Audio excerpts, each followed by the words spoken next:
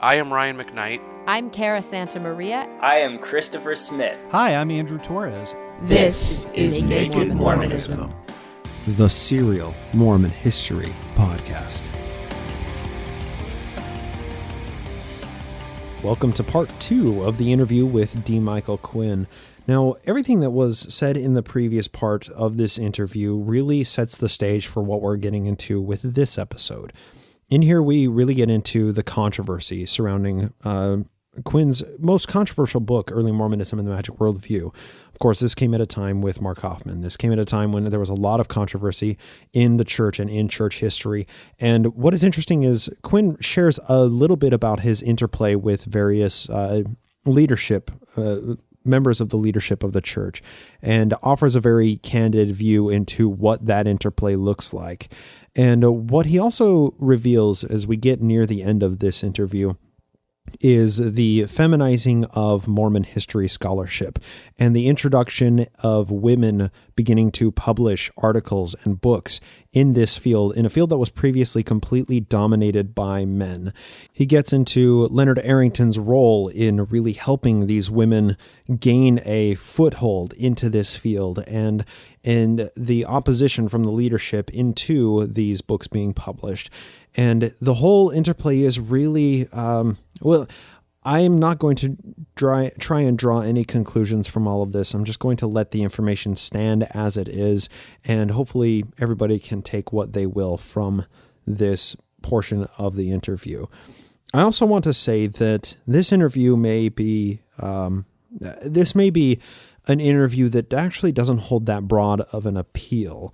And I speak to this a little bit at the very end of the interview, but what I mean is what we're talking about here requires a foundation of knowledge about more of the current sphere of Mormon history, from the 70s until today, the 1970s until today, in order to truly understand what is going on here. Now, with that said, this part of the interview may not be that appealing or interesting to people who don't have that foundation of knowledge.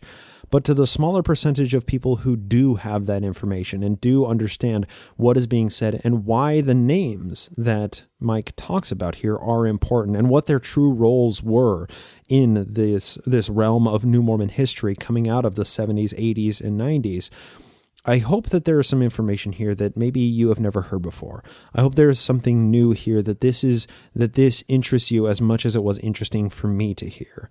And to reveal my own lack of information and my own ignorance in this, most of this is all information I had never heard before, which is particularly why I wanted Dr. Quinn to talk about this subject, especially about women and authority. And that's where we get to the climax of this interview, is talking about his excommunication and how that all transpired, as well as everybody else that was affiliated with the September 6 excommunication trials. Now, that in and of itself is a massive issue that unfortunately we don't really have the time or the context to go into, but suffice it to say, there were 6 people who were publishing on Mormon history and creating support groups within Mormonism and Mormon culture that the church was not pleased with, and 5 of them were excommunicated while the other was disfellowshipped. D. Michael Quinn was one of those scholars who was excommunicated, and he details exactly how that all transpired and the sequence of events that led to that excommunication, as well as the excommunication of his fellow September 6 colleagues. So with all of that said, as a bit of a precursor, this is a long portion of this interview. It has a lot of information and it's really dense, and Mike and I actually moved pretty quickly through it. But if you're able to hang on with the edge of your fingertips, I hope it is just as interesting for you to listen to as it was for me to conduct the interview. And of course, a huge thanks to D. Michael Quinn for sitting down with me for so long and teaching me and all of us so much about the realm of Mormon history and how we know what we know about Mormon history. Without further ado, let's get into part 2. This is episode 153.5. Thank you.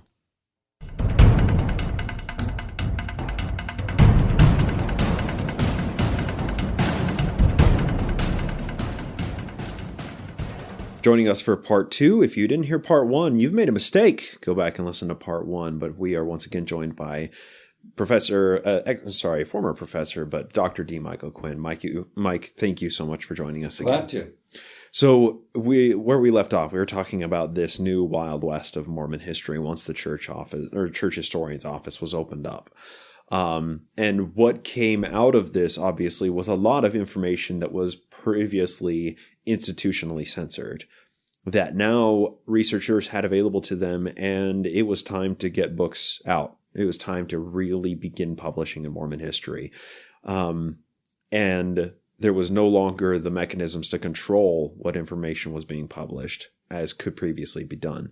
So what we also see the birth out of this is, Leonard Arrington rising to the office of historian as well. And what he devised as a project, and this is jumping forward a little bit, of New Mormon history. But concomitant with this Wild West was also the feminizing of Mormon history, which I think is also quite remarkable as well, because suddenly there were also women researchers that were being recognized that, they're actually writing interesting stuff. And Claudia Bushman formed her society of female researchers who were, compiling all their research that would be published in Mormon Sisters. So it's just an entire new landscape after 1971 where the field accelerates at an exponential rate. Right. So tell us about all of this, and eventually I'd like to end this part too with discussing women in authority, because that's a very controversial aspect of this Mormon history. Well, during 1971, when I, in April, began researching at what's called the Church Archives, continues to be called that, but at the time was the Church Historian's Office. During that whole year, Leonard was a professor at the University of Utah, but he had the same access as any other professor or even a student or a family member doing genealogy. He had no specific role at church headquarters. He was a professor at Utah State University. And soon after I began doing research as a research assistant for the Davis Bitten at the University of Utah, I met the Salt Lake research assistant for Leonard Arrington. And that was Richard Bennett, who currently is a professor of church history at Brigham Young University. But I didn't become acquainted with Leonard Arrington until Richard said to me in the summer that Leonard was coming down after the school year had finished at USU, and he was going to be at the church archives, making a visit and doing some of the research himself. And Richard invited me to meet with them and have lunch. And so that was around July of 1971. And that was my first meeting with Leonard Arrington. And I knew of Leonard Arrington because of his most famous book, Great Basin Kingdom. Mm-hmm. But that lunchtime was primarily just to get acquainted time. And what happened about a month after that was I got a letter from Leonard asking if I would be willing to become his Salt Lake research assistant, because Richard was going back to Canada and working on his graduate degree there. And I told Leonard that I was very honored and moved by the offer, but that I had a prior commitment to Professor Bitten at the U of U. Okay. And so I could not just leave him without the major researcher that I was, because I was the one of his assistants. You were the backbone. I was the one who was putting in the most hours every week. So Leonard, said, well, I understand that, and thank you. Well, then in November of that year, 1971, Davis Bitten told me that his funds had been reduced. Okay. And that it was a situation of last hired, first fired. And even though I was his chief research assistant, putting in more hours than any of the others, I was the last one he had hired that year. And so he said that I will have to end your work and income from the U at the end of November. So having received that month notice from Davis Bitton, I contacted Leonard Arrington and said, my work with Davis Bitton will end at the end of November, and I can, if it's still available, I can take the position of your research assistant in Salt Lake. And so in December, that's what I became. And instead of doing the kind of research I thought I was going to be doing, what he wanted me to do was ghostwrite articles for him that were going to encyclopedias or talks that he was giving. Okay. And so for a month, that's what I was doing. And I would churn out these in very fast time because, like I said, I read fast and I wrote fast, so that whatever topic he wanted me to write about, whether it was for a talk or for an encyclopedia article,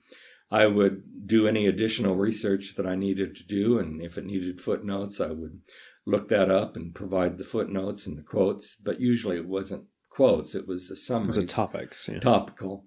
And I did probably one a week, I think, during that month. Well, at the end of the month, I learned from a telephone call from Leonard that he confided to me that at the end of January, he confided to me that he had been invited to the church president's office. And while meeting with the church president, he had been asked to be the new church historian. Okay. That Howard Hunter was going to be released as church historian. And they asked Leonard to be the first professionally trained historian. Although he was an economic historian, his publications had gone far beyond economic history. Mm-hmm. And most of them had emphasized the LDS Church and the Mormon community and Mormons as a people.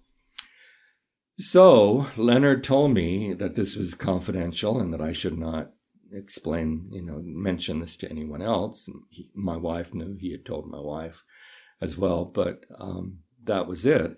And then he said, I want to hire you I recommend your name as the first outside member of my staff. And when he said outside, he meant who didn't already belong to the church headquarters. Interesting. And so I was stunned and overwhelmed at this, having only barely met him and only worked for him for a month and doing research and writing these talks and articles.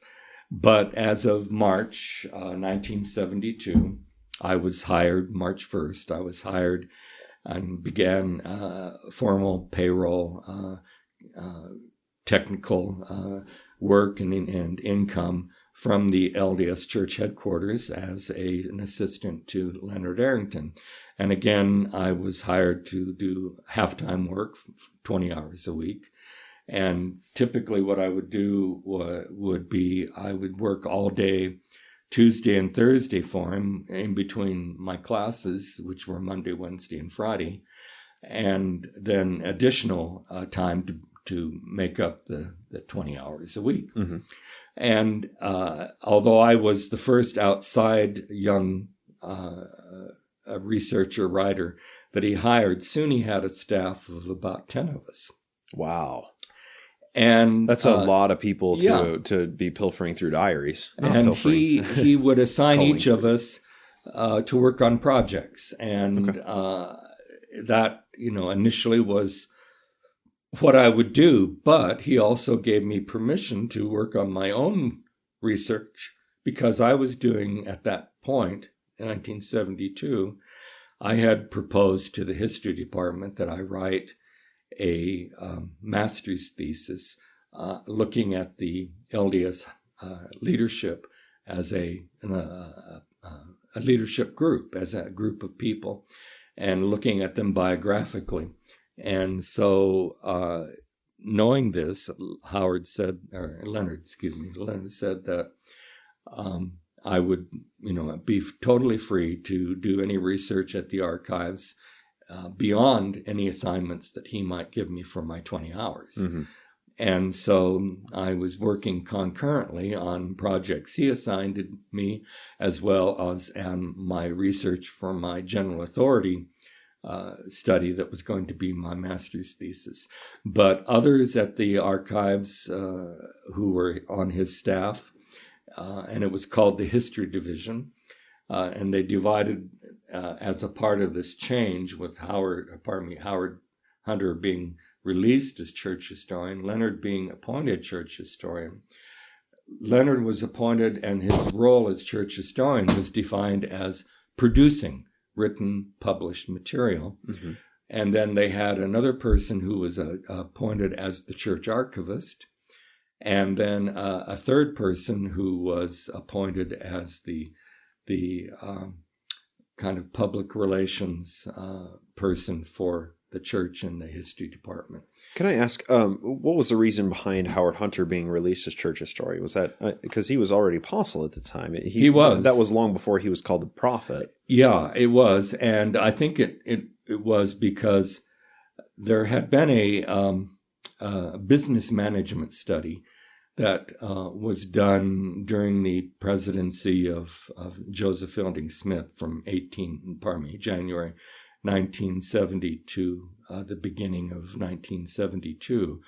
And during that period of 2 years, all of 1970 and all of 1971, there had been a management analysis that Harold B. Lee, who was the counselor to Joseph Fielding Smith, was very much in favor of, and he wanted to professionalize all of the bureaucracy of the church leadership.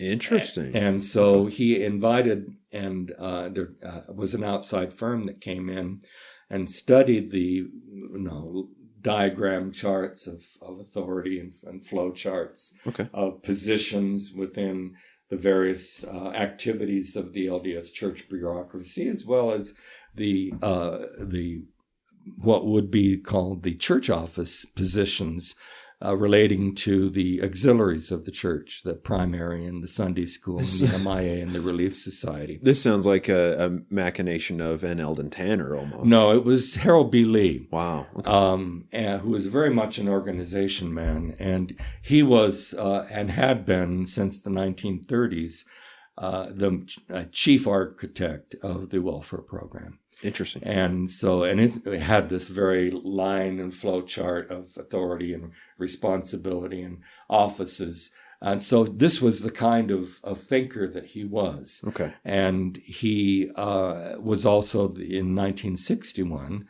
10 or 12 years earlier, he was the chief architect of what was called Church Correlation, which had gone through the structure of the leadership of the church and the various offices of the church, not necessarily the bureaucracy, but partly the bureaucracy, to make very significant structural changes. And so he was an organizational man. This was needed at this time because the church, throughout the 50s and 60s, the church was on the brink of dissolution, of bankruptcy, right? And so they needed, say what you will about Byzantianism, I guess if you can call it that. It may not be efficient, but it's stable. So they needed to put in these Byzantine measures in order to make sure that the church would perpetuate into the 21st century. Well, and also it was exploding in population. And that was another side of it. The church's population per capita was growing, but they had been also the reach of it nationally was extending during this period, particularly of the 1960s. So anyway, that it was really the influence of Harold B. Lee that where this was a part of the structure. Now, what I don't think he or the president of the church, Joseph Fielding Smith, appreciated was that by appointing a professionally trained historian as church historian, that would mean that with the output of the writing that he was expected to provide in that position, and Leonard Arrington, would change the direction of what had been released previously by the church. Okay. And that the church history that was coming out of church headquarters would itself reflect a professional history basis. And in principle, that was what Howard Hunter wanted. But, not Howard Hunter, excuse me, that's what Harold B. Lee wanted in this change of having an apostle released and allowed to do all the things that apostles in the quorum needed to do, and be free of the responsibilities of church history. But in assigning a professional historian, it meant that the output of the church headquarters about history would change and Right. would be governed more by historically trained academic principles than by the protective and proselytizing purposes Of Joseph Fielding Smith. Of Joseph Fielding Yeah, Smith. of course. And I don't think anyone in the first presidency anticipated, or the Quorum of the 12 anticipated that change.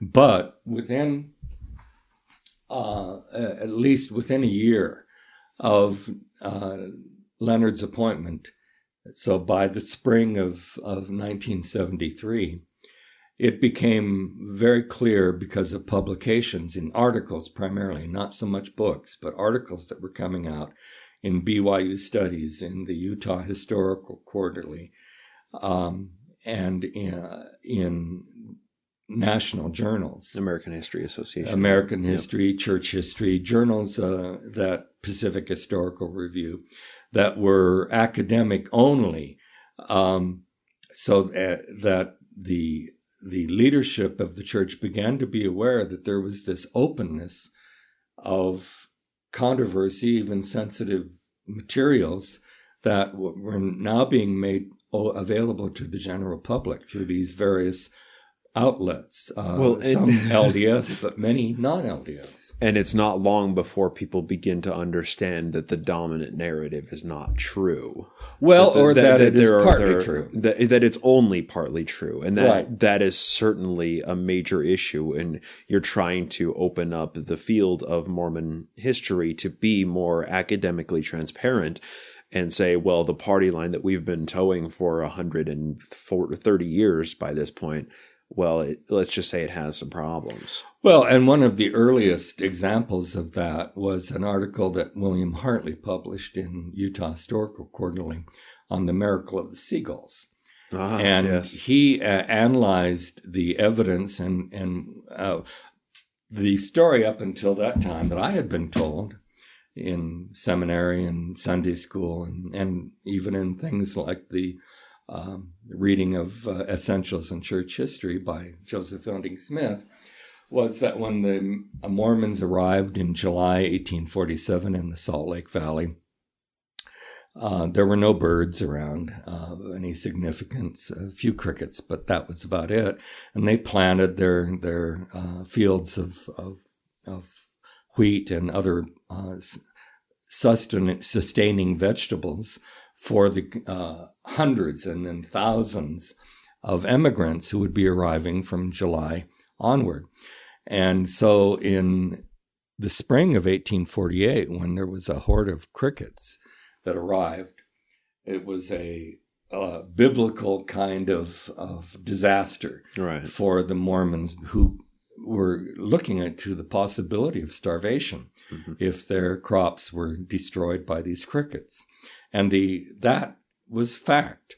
Well, the arrival of seagulls was seen as a miracle because many of the Mormons had never seen seagulls before, and they came in huge numbers, hundreds, perhaps thousands, and began devouring the crickets. And the fact that after devouring a stomach full of crickets, they would the birds vomit would vomit up what they'd already eaten and go back, seemed miraculous to the observers, who were all Mormons, and had desperately tried to fend off by beating them with brooms and belts, whatever. And there was, this was like There's no trying end. to keep back a flood and with a teacup.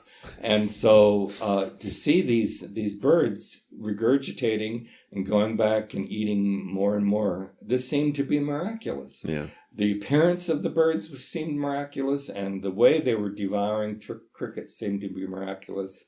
And, a story that I was given as a visitor to Temple Square as a teenager and even pre-teenager that I had read and then heard over the pulpit and in class was that, this was, for all the above reasons, the miracle of the seagulls. Well, Bill Hartley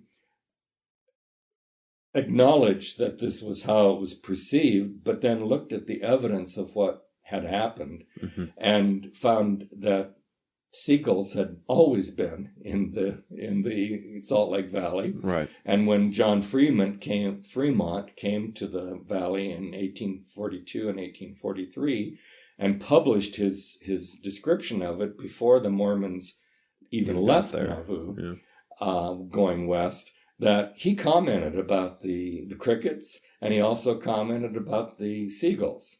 And so that they were not suddenly there. It wasn't all that miraculous. The presence of the seagulls was not miraculous. Right. And the regurgitation pattern of regurgitating and then going back and gorging again and regurgitating that the seagulls engaged in was their normal behavior. That was how, when they were confronting, if they were, just eating piecemeal, occasional cricket or other animal, then that wouldn't happen. But if they were confronted with a massive amount of crickets, then that was their pattern of eating. And so this came out, and for people who read this or heard about it, even if they didn't read this article in the Utah Historical Quarterly by Bill Hartley, who was one of the staff of Leonard J. Arrington, this was disturbing.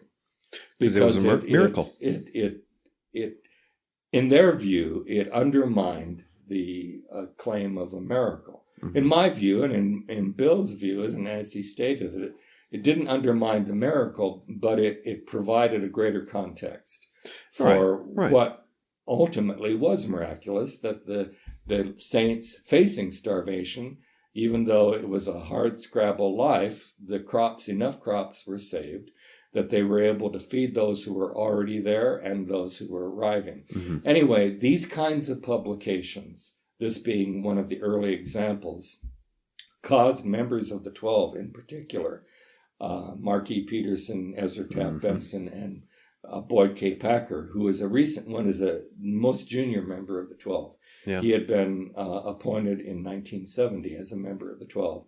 And so this is happening as he's a fledgling member of the Quorum of the 12 and learning about this. And those three, in particular, saw what Leonard was doing and what his staff members were doing in publication as wrong, as undermining the faith, right? And even in particular in the view of all three of them, subversive.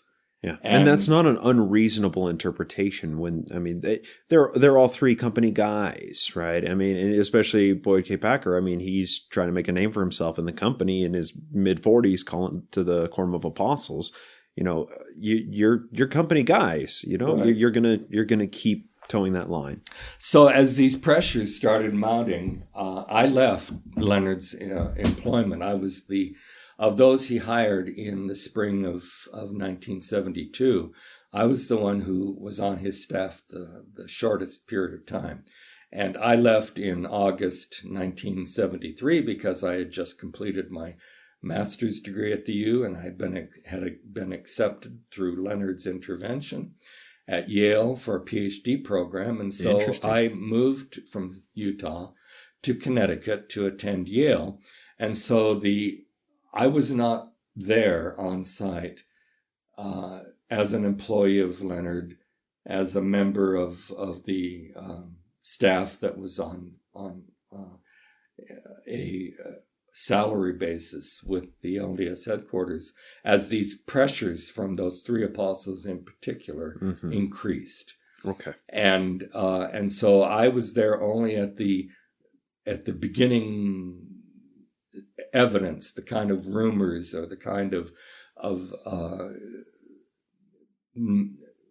minor signs that there was a real concern in the Quorum of the 12. There was discord about what Leonard was doing. And Leonard, for his part, felt that he was doing exactly what he had been commissioned to do. And he was there on Howard Hunter's appointment, and Hunter was the guy who opened up the library. Right, like, and many people he was doing what he was supposed to. Many people give Leonard the credit for opening the archives, and Leonard had no role in that. That happened a year and counting, maybe a year and 2 months before Leonard was even asked to be the church historian. Wow. Okay. And so Leonard, although he was appointed because of the organizing drive of Harold B. Lee, most of Leonard's contacts with the first presidency about what he should do were either with President Kimball himself,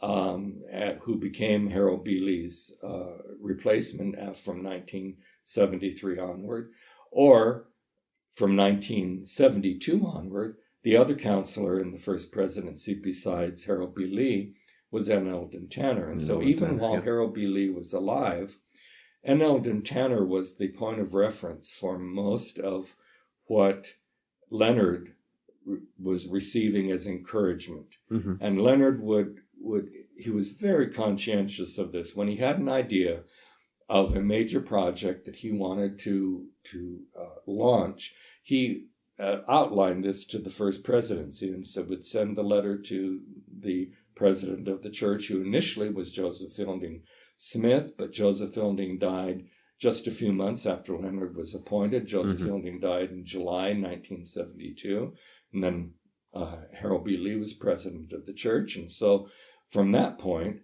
as Leonard had ideas about projects he wanted to promote, he would send the letter to Harold B. Lee. But then Harold B. Lee died in December 1973, and from that balance on forward until the mid-1980s, the president of the church was Spencer W. Kimball. And at each level, he had constantly sought the approval and received the approval for these various projects that Leonard wanted to do. And I would assume that once the financial concerns of it would have to be run through an Eldon Tanner as well, right, who would then, say yay or nay as, kind of a final say, or exactly, as a final advisor to Kimball. And Eldon Tanner had, in secular terms, he had the financial portfolio. He was shrewd. And he was the one who made the ultimate decisions about major church expenditures. And so, right, anything that would involve a great outlay of money was also scrutinized very carefully by N. Eldon Tanner. But he also strikes me as a fairly intellectually honest guy as well. He was. Although he was not academically trained in that direction, he was very, very shrewd and very open. He was a nephew of Hugh B. Brown, and he and Hugh B. Brown saw things on basically the same philosophical basis, that openness was a good thing, and education and academic analysis were good things. Which was a sharp contrast to Boyd K. Packer. That's and true. Peterson. But again, Boyd K. Packer, having been appointed in 1970, was the most junior member of the Quorum of the 12 until 1972. Which could be like a baby rattlesnake that might be more venomous, trying to make a name for himself. Well, I won't comment on that. Okay, that's fair. Okay. So understandably, with this discrepancy of what existed as the dominant historical narrative and what was now coming out under Arrington, and with his entire team of historians, you included, and then you at Yale and the remaining historians there, a reconciliation was nigh at hand. Well, a reconciliation and a retrenchment. And Leonard is the one who had actually used that term when his economic study of the church Great Basin Kingdom. He had talked about retrenchment going back to earlier patterns of behavior in the face of new challenges and new changes. And so what happened with Leonard is that Leonard became the victim of retrenchment. Yeah. And that as the changes of presidency occurred, Joseph Fielding Smith to Harold B. Lee to Spencer W. Kimball, the complaints and the concerns that these three members, in particular of the Quorum of the 12, were presenting at their Thursday meetings with the First Presidency became more and more reasonable to the new inhabitant of the position of church president. Certainly. And so even though Spencer W. Kimball had, as a new president of the church, been as supportive as his predecessors had been of what Leonard was doing, and had approved what Leonard was proposing, over time, because Spencer Kimball's priorities were in very different areas, he had no problem with honesty in church history. In any time he was interviewed, he was very blunt about problems in the church's past, right, including post-manifesto polygamy. He was very open about the fact that his wife's father had married polygamously in 1903 in Mexico, 13 years after the manifesto. He didn't have history as a priority. His priority was the growth of the church, was the missionary program, and was the welfare multinational program, expansion. the Native American Indians and their treatment, and programs to benefit them as he understood that. But this seems like he was then, in his position, not prepped for being blindsided by this Wild West of history. No, and as the three trusted members of the 12, with whom he had previous to 1973, been a fellow member of the 12 with. He'd only been a member of the Quorum of the 12. He had not been a counselor.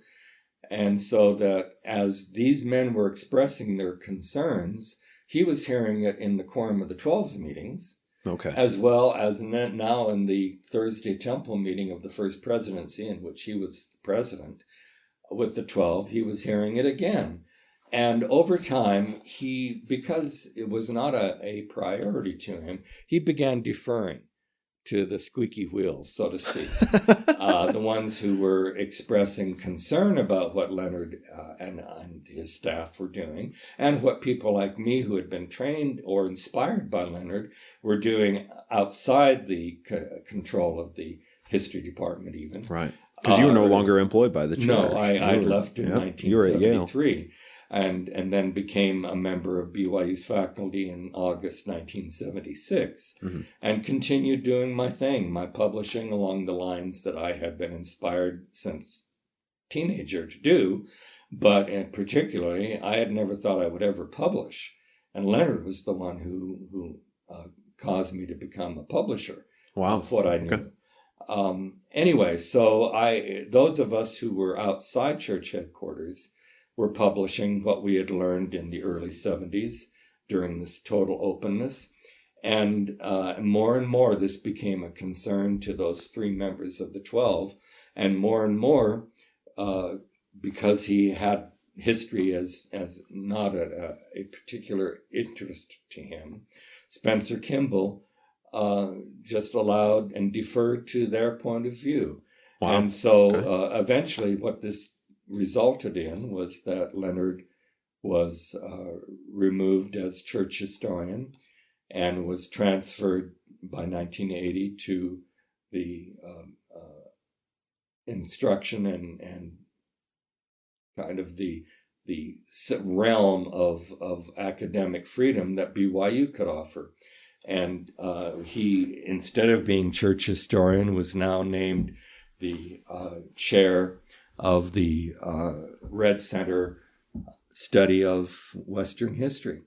And so his role dramatically changed. He no longer had the same position at LDS headquarters, and the church historian became a function of what had been the overview position of a general authority as the director of the historical department. And that position had been filled by G. Homer Durham during the early years of Leonard's role. But when Leonard was released as church historian, the first presidency set G. Homer Durham apart to be the new church historian. And so he What year was that? Pardon? What 1980. year? 80, that Arrington was released. Okay. And so things changed. And for a Right. period of time, Leonard succeeded in maintaining the unrestricted access that he and his staff had to the archival materials in Salt Lake to continue their work in research at BYU. But they started receiving limits on what they could have access to. And so limits things imposed began to change from 1980 in a dramatic way from what they had been before. Also worth noting, in the secular sphere, Sunstone had started in 78, was it? Well, actually, as a magazine, Sunstone started in 1974. 74, my but mistake. The Sunstone Symposium was first in 1978. Okay, so and that created a whole new realm of absolutely no control, where people could come and present at an actual symposium. And you had an open forum in Sunstone that had no parallel. There was no parallel at BYU, nor at the U of U, which was its academic faculty were generally hostile to Mormon history or indifferent to Mormon history. And so Sunstone became the only smorgasbord academic presentation of Mormonism, and it moved beyond. Initially, there was an emphasis on history at Sunstone, but then it became anything Mormon. Yeah, ethnography as much as history, and also it's important to note that Sunstone also had a much broader appeal as well as distribution than just like BYU studies, right?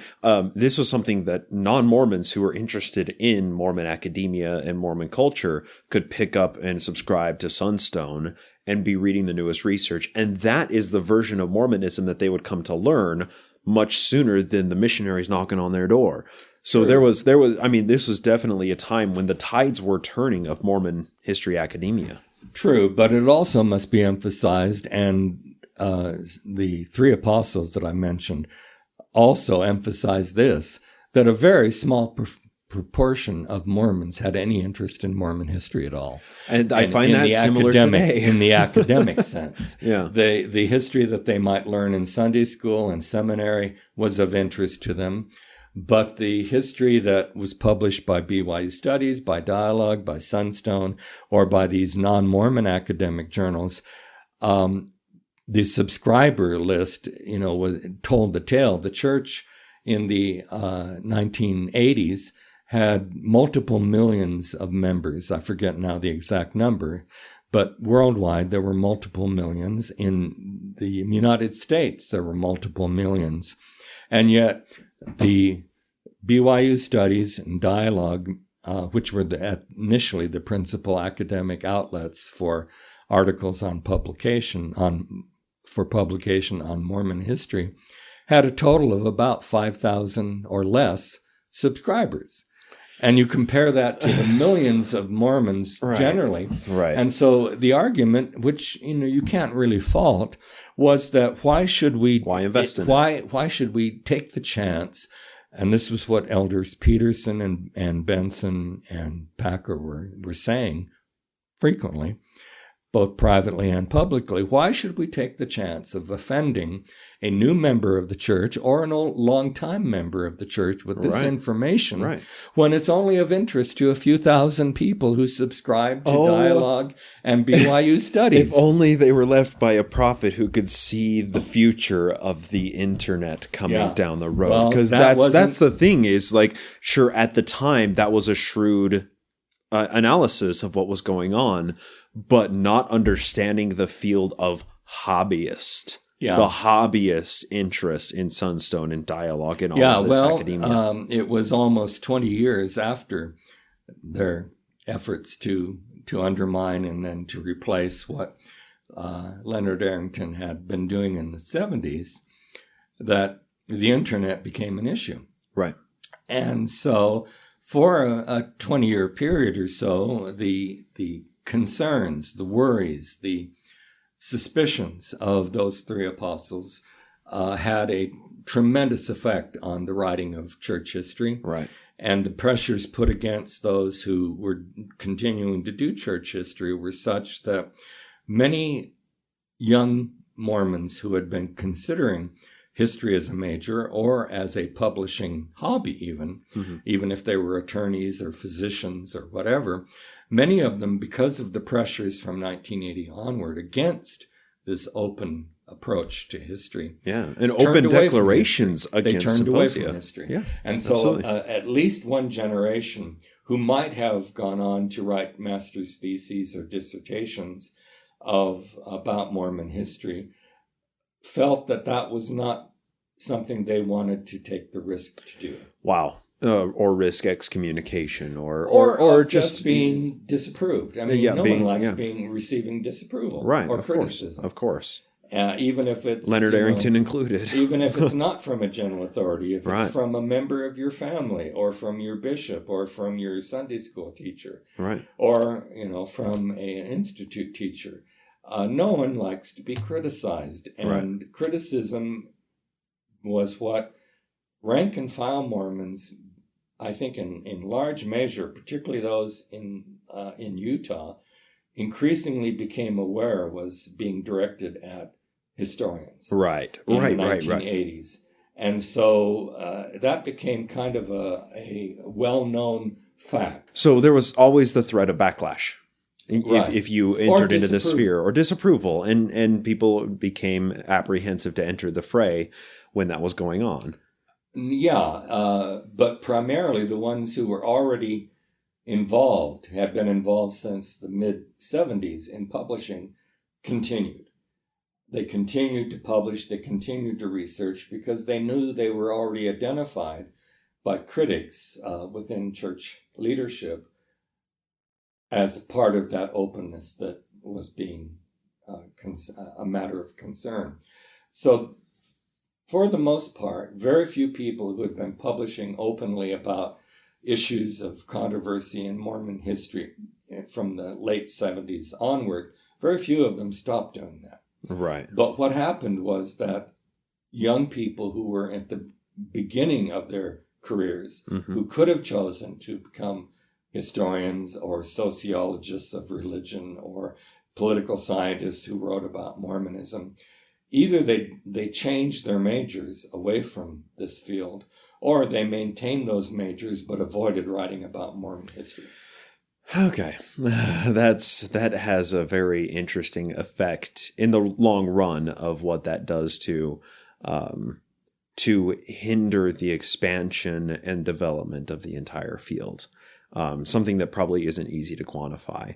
But also entering into this field at this same time when there's so much controversy, when Leonard Arrington was released as church historian, when he was being combated for proposing this idea of New Mormon history and reconciling these differences between the historically verifiable narrative and the believing narrative.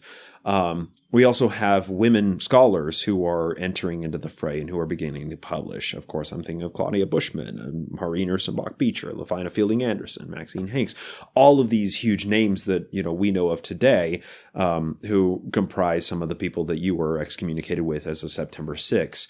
And we have Claudia Bushman's book, Mormon Sisters, coming out 76, I believe that was, or 78. It was in the mid-70s, but I don't remember. And the dedication at the top of that book, I think, is so unbelievably revealing. It says, to Leonard Arrington, he takes us seriously.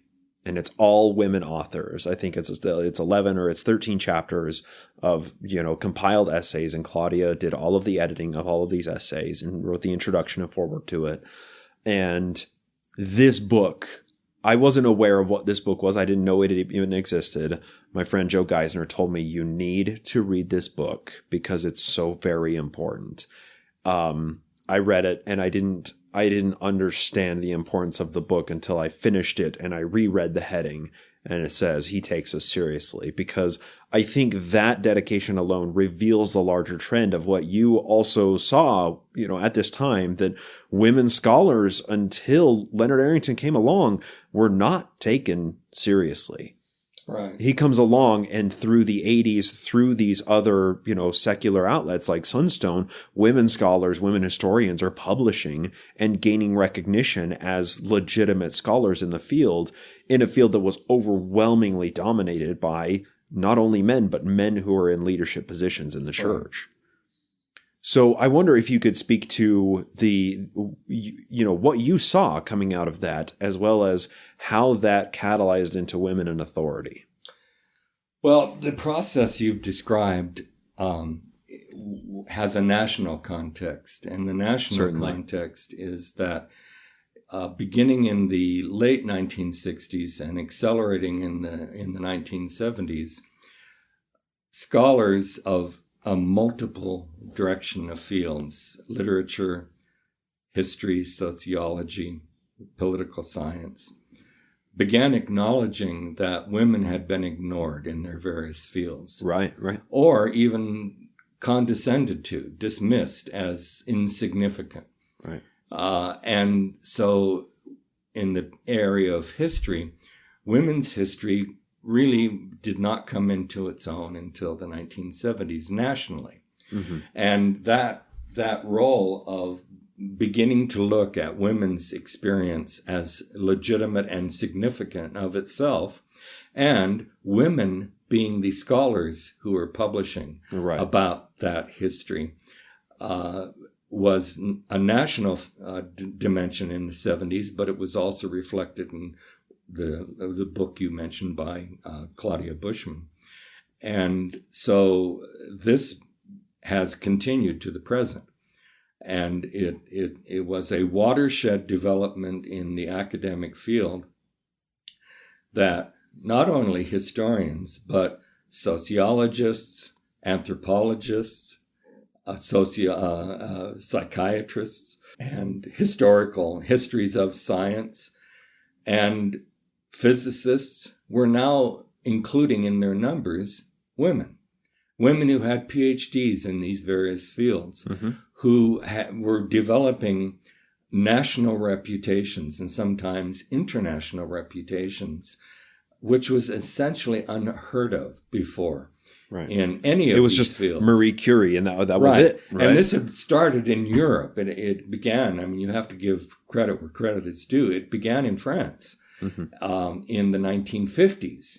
And it took about a decade for it to begin to take hold significantly in the United States.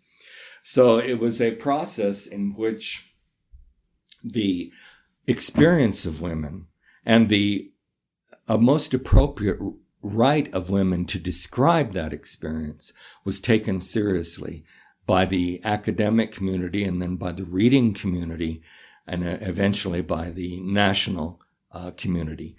And so, that's important to understand.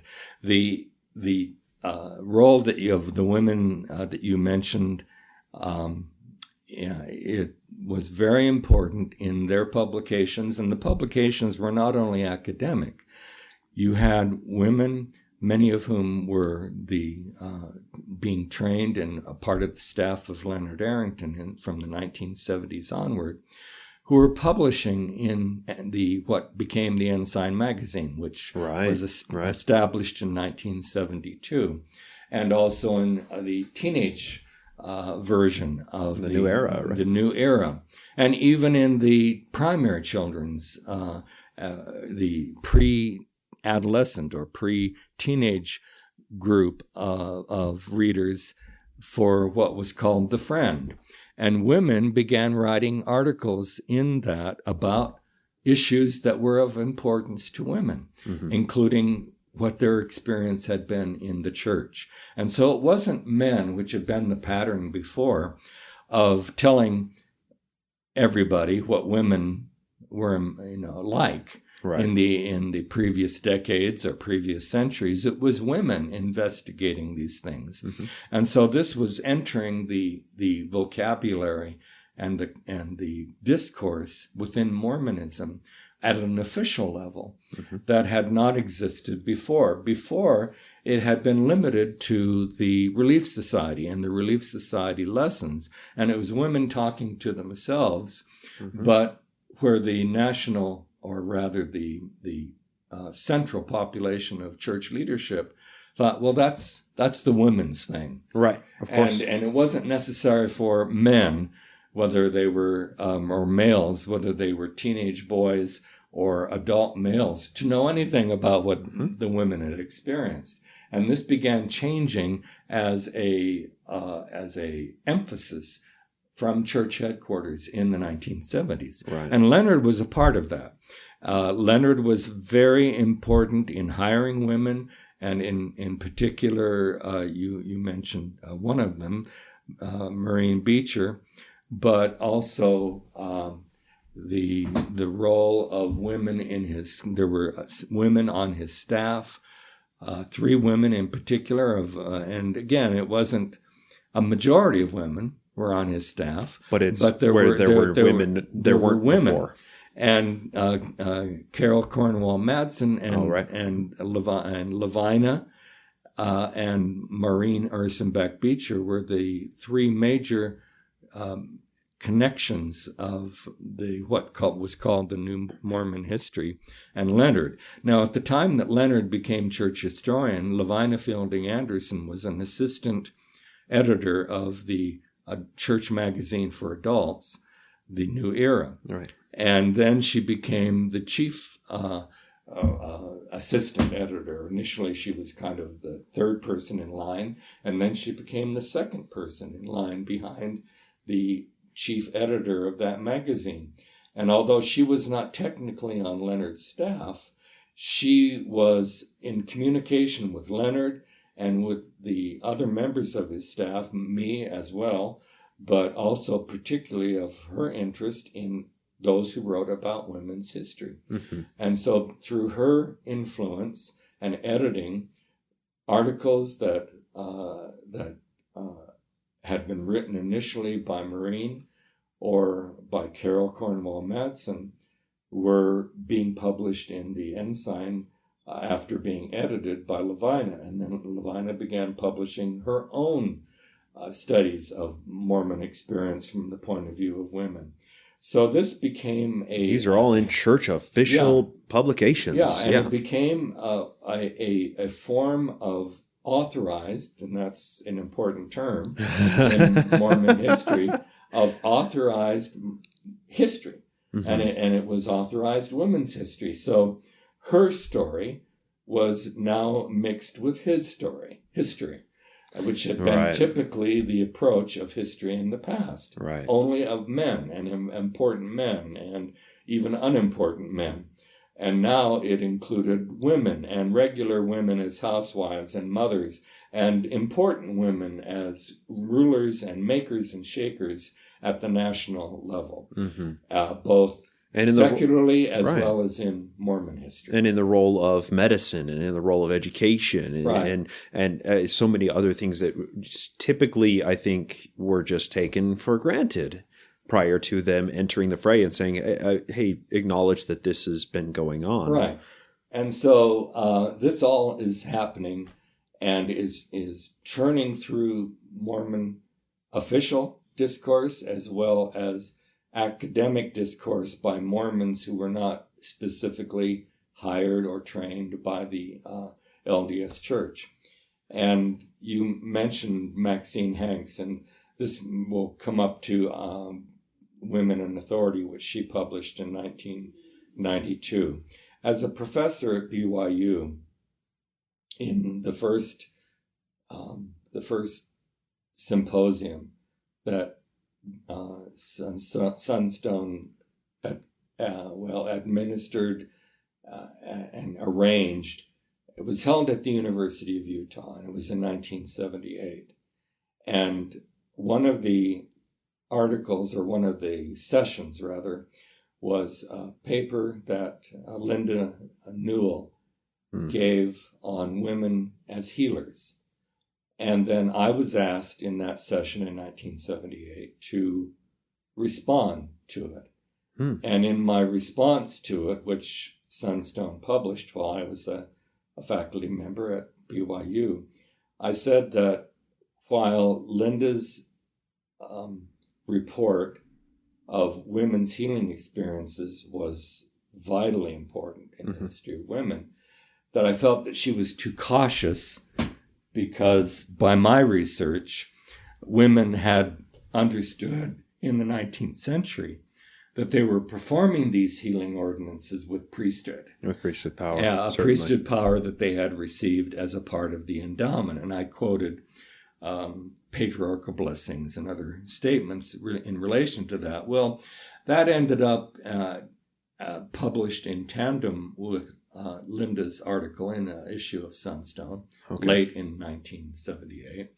I think it was December 1978. Because if I recall correctly, that's I think chapter 1 or chapter 2 of Mormon Sisters is Newell's essay on women as healers, and I assume that it was just reprinting or expansion and of that. And it was another version, not an exact version, but another version of what was published in Sunstone. Okay, and I find that interesting because,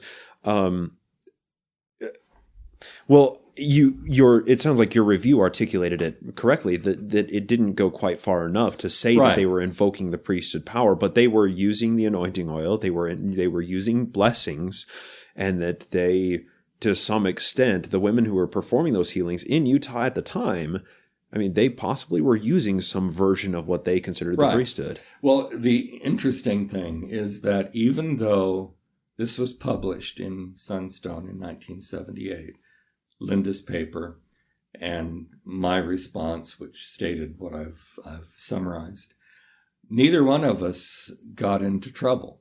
Interesting. And I was probably the most vulnerable for getting into trouble because I was teaching at the large university and had my paychecks paid by the BYU, which was receiving its money from the presidency of the church and the presiding bishopric. Well, and this was also before Mormon Enigma, right? Yes. So before Avery and Tippett's had been publicly decried by the church and barred from lecturing on Mormon Enigma. So it sounds like maybe was she still flying under the radar at this time? I mean, how did that work? I don't think that Linda Newell had met, in terms of their friendship, I don't think she had met Valine Tippett's Avery. Okay. Until after she gave this paper, and it was published on women healing. And so during the next few years as a professor at BYU, I, through having had this session on women and healing, I maintained contact with Linda and learned down the road that she was researching for a biography of Joseph Smith's first wife, Emma. And as a period of research, it took her and when she combined with Linda, when Linda combined with Avery, Valine Avery Tippett's, she was the Salt Lake researcher, and so she was on site to do more of the archival research than Val was, because Val lived in Arizona, and so she had to come up. And so she wasn't on site for the research as much as Linda was. But I knew they were both. I became acquainted with them both, and they worked as housewives on this biography that they felt was worth exploring, that had never been done. It's true. On Emma Smith Bideman, Emma Hale Smith Bideman. And it took them about 6 years, and they published it in 1984. And by that time, Linda was not in the academic world as a graduate student, but Val was. Okay. And Valine went on to get her master's and her PhD in history, and she later became a faculty member at Arizona Northern University, where she was when she died in the 1990s. But the book they published became controversial in 1984 because it presented Joseph Smith's polygamy from the point of view of Emma, Right. which had never been done before. And people who read that biography began to see the struggle from Emma's point of view of what she was experiencing, Right. of learning after the fact that close friends of hers were either the mothers or the wives themselves of Joseph Smith. Right. And vacillating from, regretful permission to vitriolic anger. And it really Right. does serve to humanize this rather enigmatic type of person. Right. And rather than as the reorganized church, which had limited access to materials, in their previous biographies of Emma, they couldn't do footnoting in the way that it was possible for Linda and Val to do, because they didn't have access to the extensive archives of the LDS Church. Of course. They had the Joseph Smith III papers, and they had Emma's correspondence with him, but this was decades after the Nauvoo period, Of course. when Emma had to confront the reality of Joseph Smith's plural marriages.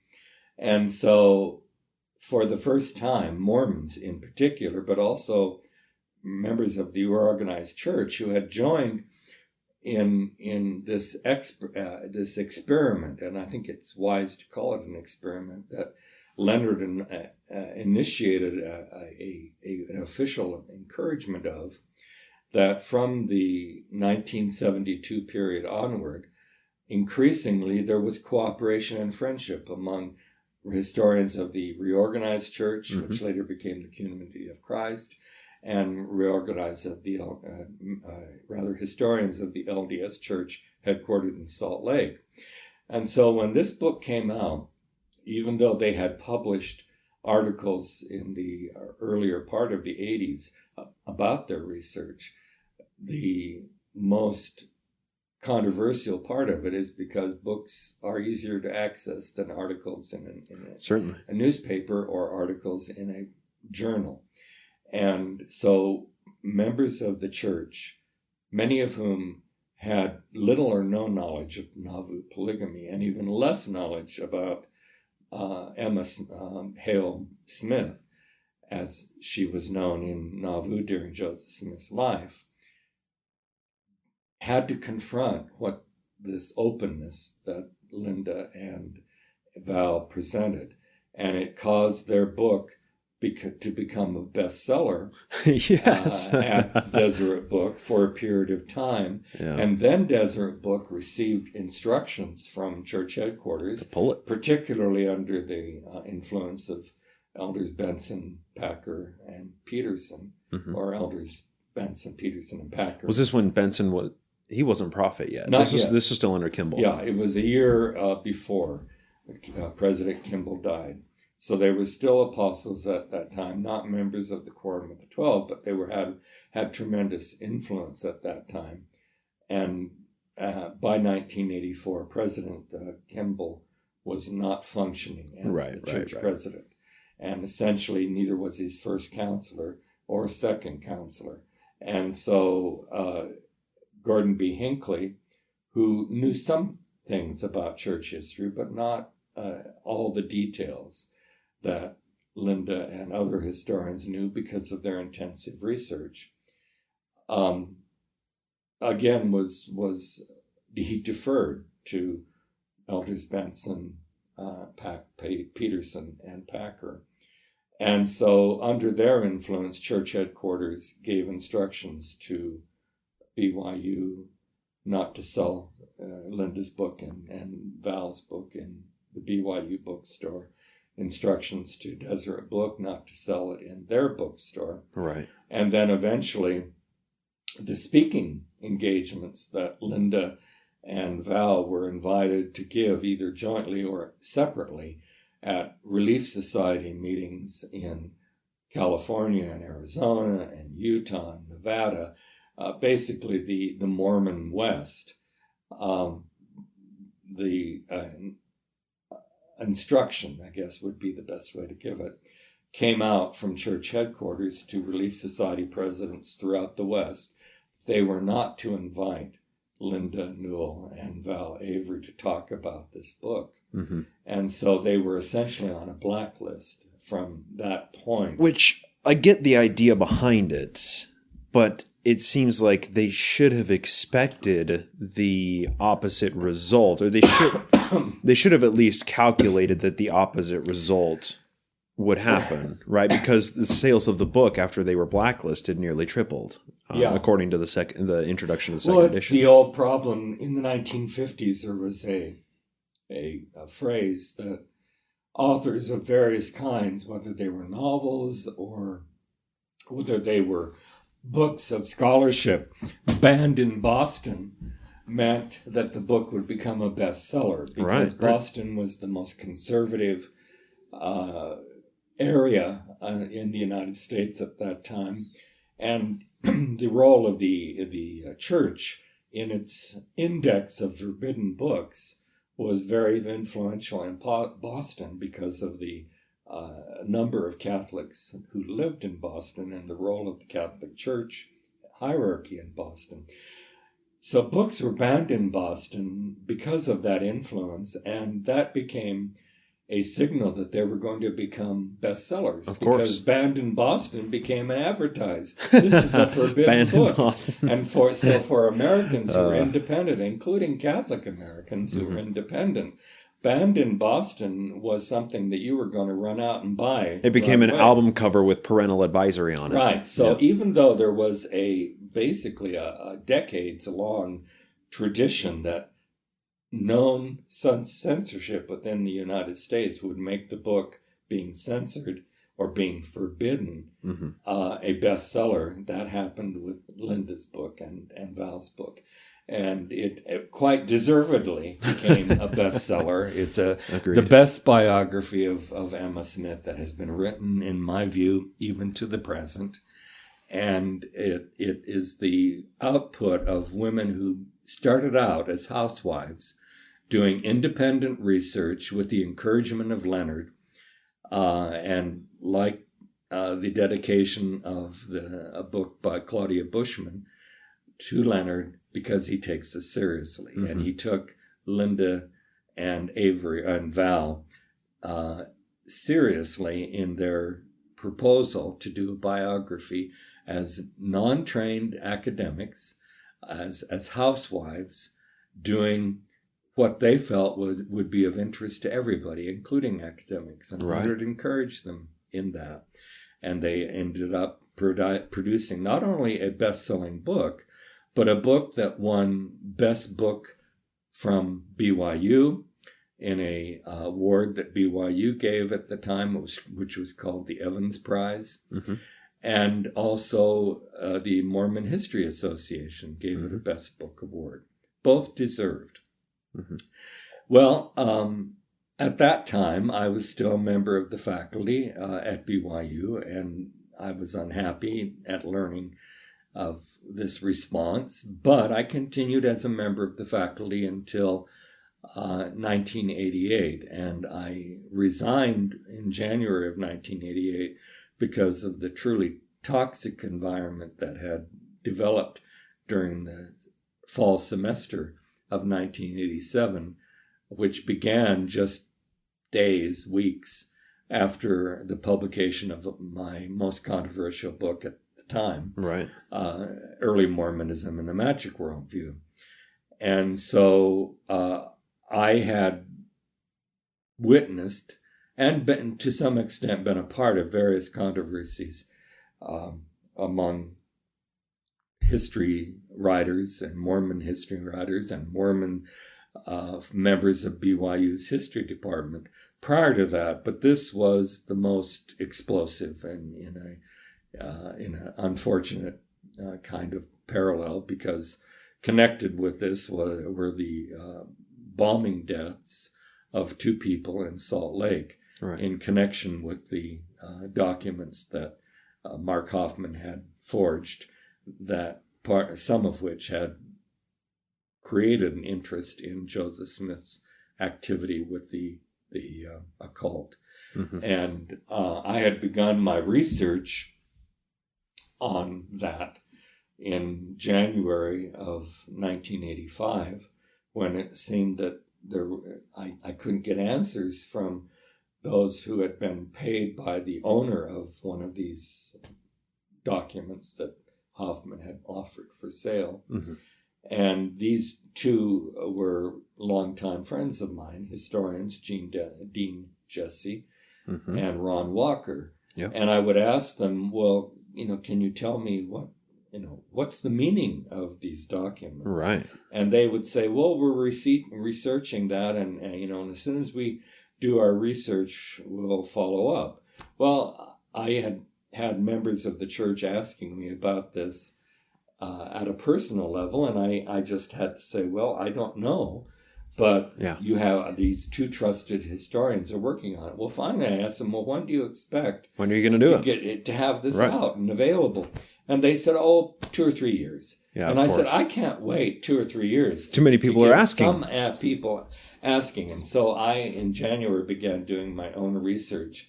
And very soon, this was January 84? 1985. 85, wow. So hang on, let me get this straight. The research that you have in Early Mormonism and the Magic Worldview, that was essentially 3 years of research? Is that all? No, it ended up being about 2 years of research. 2 years of research. Yeah, from January, because I had to, give it to a publisher at some point, and I began it in January 1985. I was still doing research in Europe at this point in January 1987. That's a great place to look for occult research. And I didn't give the manuscript to the Signature Books for publishing until about May or June. And they had a very fast turnaround time. Well, because they were wanting to get this out with all of this, of the fervor that was resulting from Hoffman. What came out in August 1987 was based on 2.5 years of research that I had started in January of 1985. Well, anyway, that's incredible to me. Okay. Anyway, so very soon as I began that research, I began realizing that Hoffman's documents, as sensational as they were only a very small part of the issue. And I gave a presentation in public at Sunstone in August of 1987. It was a meeting that was held in what was then the Hotel Utah, and it's now the Joseph Smith Memorial Building in downtown Salt Lake. And in this presentation, the documents that Mark Hoffman had produced, literally, as well as handing them to the public, were a very small part of what I was saying at the meeting. And this ended up as a front page story in the Salt Lake Tribune, which had published, along with the summary of my presentation, a picture of one of the magic artifacts. Of the technical term is layman, M-E-N, that the family had had possessed since Joseph Smith Sr. had acquired them or made them himself. This is the Holiness to the Lord parchment, is that correct? Okay. Right.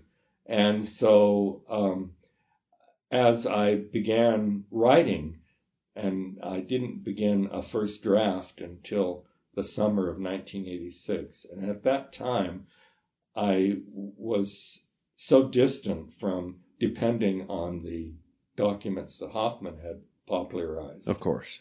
That I said that it was possible that these were forgeries. And in my first draft of Early Mormonism and the Magic Worldview, that's how I presented them as possible forgeries. And so because Gerald and Sandra Tanner had published multiple times. I mean, beginning in, 84, that they said that they thought the Salamander letter but what they said didn't matter to me at all. Okay. But it was the fact that that a significant document analyst was saying that there is evidence of forgery. That's notable. And so I did pay attention to that. And so I was just saying in the draft that I wrote in 1986 in the summer, I didn't depend on those. I had a few paragraphs where I discussed them and what their significance was and how they fit into this larger context that I had seen.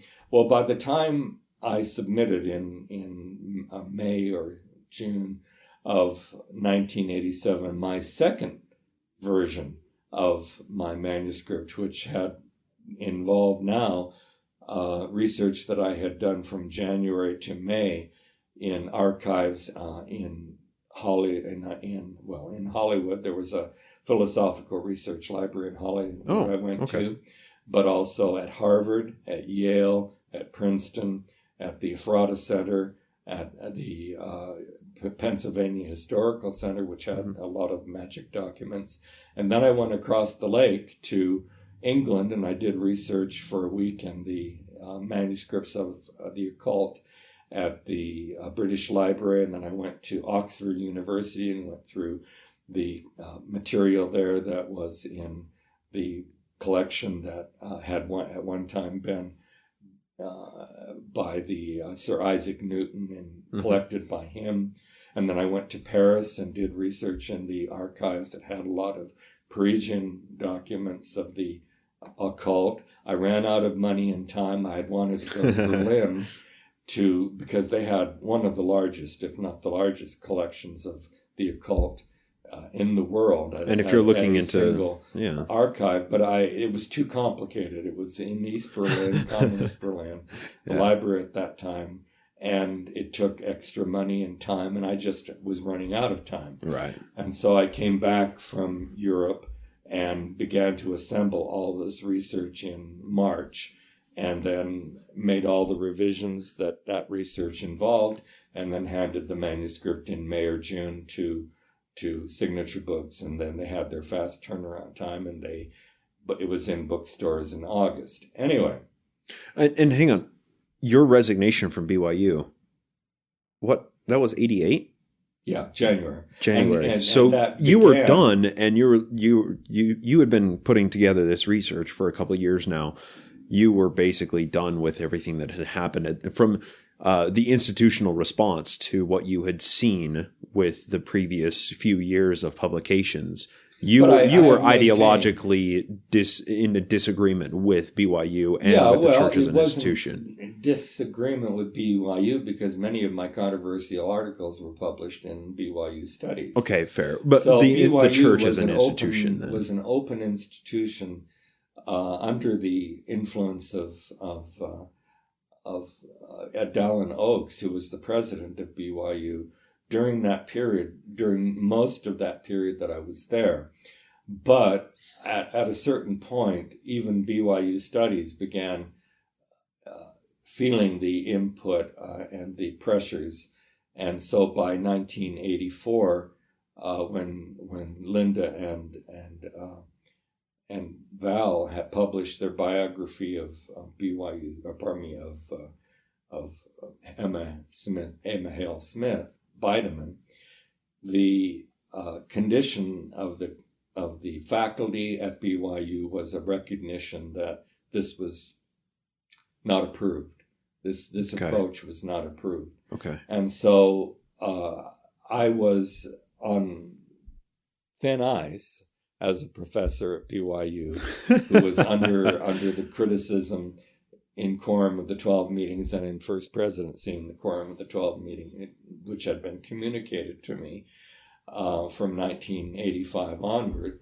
But, and actually even before that, from 1982 onward, I knew that I was under scrutiny. Well, because it's so early in your tenure track, you had, published that article in response to Linda Newell as, Women as Healers in Early Mormonism. After I'd only been at BYU for 2 years. So, already you basically started off on a fairly controversial foot as professor there. But they knew when they hired me at BYU, and when I was going through my interviews in 1976, in the spring of interview, I told the dean and the history department chair and the the dean. I didn't have an interview at that point with anything above the dean of the college. But I said, I've done this dissertation at Yale University on very controversial issues involving the leadership of the church. And I said, you don't want me here. And I have luckily have, I wouldn't be saying this if I didn't have an offer from Utah State University that competes with yours. Interesting. And anyway, so that's how I came to BYU. But they knew I was already... you were controversial to begin with, right? Already. So being on even thinner ice in 1985, 86, 87. Yeah. Finally, I mean, it sounds like by 88, you were glad to be able to resign. Anyway, that fall, after the publication of after the publication of Early Mormonism and the Magic Worldview, just before the fall term began at BYU, I had students who had taken every class I taught, and I taught about 4 or 5 different classes that they had taken, who were history majors, coming into me to tell me why they were in their junior or senior year switching from history as a major. They were dropping history as a major. Okay. And one of them in particular, a fellow, I remember saying to me that his gospel doctrine, or not gospel, whatever religion class he was taking as required for every student every semester at the time, his religion course teacher was denouncing me as an apostate in class by name. And this student who was telling me now that he was dropping his major said, "The church is my life, and I don't want to end up like you." And that hurt. That is interesting. But I understood. I totally understood. I would not have wanted to end up like I was. That was not in my game plan when I started doing research as 16, 17-year-olds in controversies of the Mormon past. But increasingly, as a member of the faculty at BYU, I knew that I was at odds. And I put this in my journal at the time.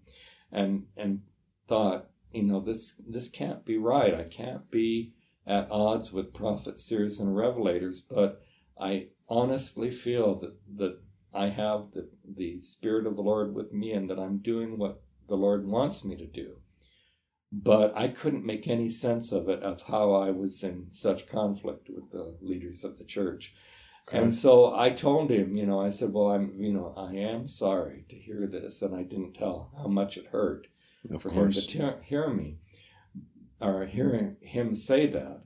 But I understood it. And yet the toxic environment was such at BYU that term that I began looking for other positions. Okay. And the day in January after, I got a call from the head of research at BYU and all the other, not at BYU, at the Huntington Library in Southern California, and all the other positions that I had examined and tried to apply for were only 9-month positions. They were, 1-year positions, renewable.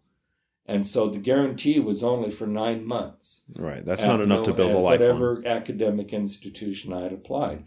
But I applied at the Huntington Library, and the dean or head of the research at Huntington Library said that he could give me fellowships for 18 months. Okay. Which was double what I could get anywhere else. And that's better than nothing. Right? I immediately accepted it. Right. And it was going to start in May after the end of my term at BYU. And so a day after, or a day or two after, I got that call from the dean, or the head, Martin Ridge, at the research library at the Huntington. I submitted a written letter of resignation to the chair of the department, to the dean of the college I was in, and said that it would be effective at the end of the fall term, which had just started. Okay. In January, and not the fall term, the end of the spring term, which had just started that January. Mm-hmm. And it went until the 1st of May. And I said that this would be effective the 1st of May. And then, I have not had a permanent academic position since I left BYU in 1988. I was for 2 years at the University of Southern California, a visiting scholar there. And from 2002, from August of 2002 to June of 2003, I was on the faculty full-time at Yale University. But that, again, I knew from the beginning that was only a 1-year appointment. Right. And since that time, I've had no academic appointments. And in the intervening years between BYU and those temporary appointments I've mentioned, I was living on credit card loans and successful applications for fellowships from the National Endowment for the Humanities or from various universities. But the USC, also Claremont College for a year, and USC, and then Yale, those were my only academic positions. Also, Indiana University, Indianapolis. I had a year-long appointment there. But other than that, I was what's called in the field a independent scholar, which means that you have no permanent position with the university. That means that you're basically living, from hand to mouth or from temporary position to temporary position, which is what I was. It's a tower of intellectual power with no foundation. That exactly. It's basically, and it's kind of like the artist in the garret of a small cold water flat in Paris or in London. It's what artists typically do. Well, it's in the United States. It's what historians can do as well, who have the training but do not have a permanent position. It's what they can do if they're very creative. Right. Yeah. So anyway, that's what I've done. And the next position, or not position, but the next issue you talked about was the article I wrote for Women in Authority, came in 1992. I was at that time still a member of the LDS Church, although I knew that I was being pursued and had dropped off the radar because the headquarters made it very clear they wanted to hold a court on me. Let me lay a tiny bit of foundation work here. So Women in Authority was this book that was, I believe you worked on editing for it? Did you do anything with it? No, you just wrote the review for it. Okay. No review. I just wrote an essay. An essay, okay. But it was written by, I believe, Maxine Hanks. She was the editor, but she wrote Anderson. Essays in it, and there were a number of women, and it's better if you try not to mention them because you'll be leaving out most of them. Okay, there were about 15 women who were involved in submitting essays. Okay, I appreciate that. So this book basically was individualized chapters on the nature of Mother in Heaven, on granting women authority, a priesthood authority, and the historical basis for women having the priesthood. Right. And what is interesting too is the result from it, and the September 6 excommunications, and all of the institutional backlash that resulted from this. The ordained women movement today is basically running over the bodies of those people who were excommunicated, who laid down on that excommunication grenade, one of which was you. Well, and relating to that, my essay in the article, or the essay in the book of anthology that Maxine Hanks had edited and had encouraged me to write, was an expansion of what I had published in 1978. Oh, wow. My 2-page response to Linda Newell. Yeah. And I initially, I was living in New Orleans when Maxine called me and asked me if I would be willing to, contribute to an anthology. And I said, yeah, just republish what I published in 1978. Right. And she kept pushing me to write more, to expand it. And then I would submit something that was 5 or 10 pages. And she said, "Oh, this is great, but, can you give me more? And Okay. she kept encouraging me to finally publish with her what I did as a full, I think it was 30-page article with endnotes in the book. And the title was not subtle. The title was "Mormon Women Have Held the Priesthood." Wow. Since 1843. And I emphasized in there that I was not advocating the ordination of women to a particular office. You were just laying out the history. I was just saying that these women received what they were told was the priesthood. Right. But they were not ordained to any office, not to deaconess, not to priestess, not to teacheress, not to elderess.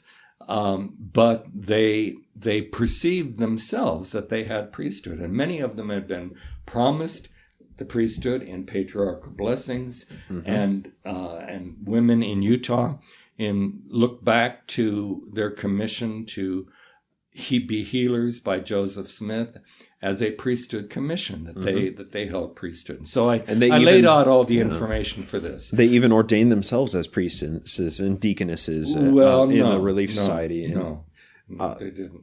No, but they had the honorary title. For example, one of Joseph Smith's widows had the honorary title of high priestess, and she was the one of what I think is still called the matron of the temple, but she was the matron of the endowment house, and she was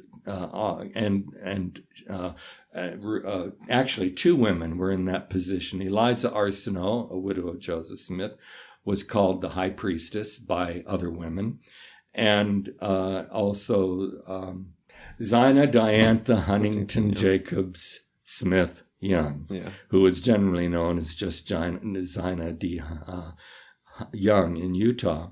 She was also called a high priestess, and she was a matron of the endowment house, and frequently was the one who initiated women into the ordinances of the anointing and endowment that were given in the endowment house. Okay. Well, thank you for that correction. But they did not in Joseph Smith's time, nor in the time of the Utah period where these women look back, both Eliza Arsenault and Zina D.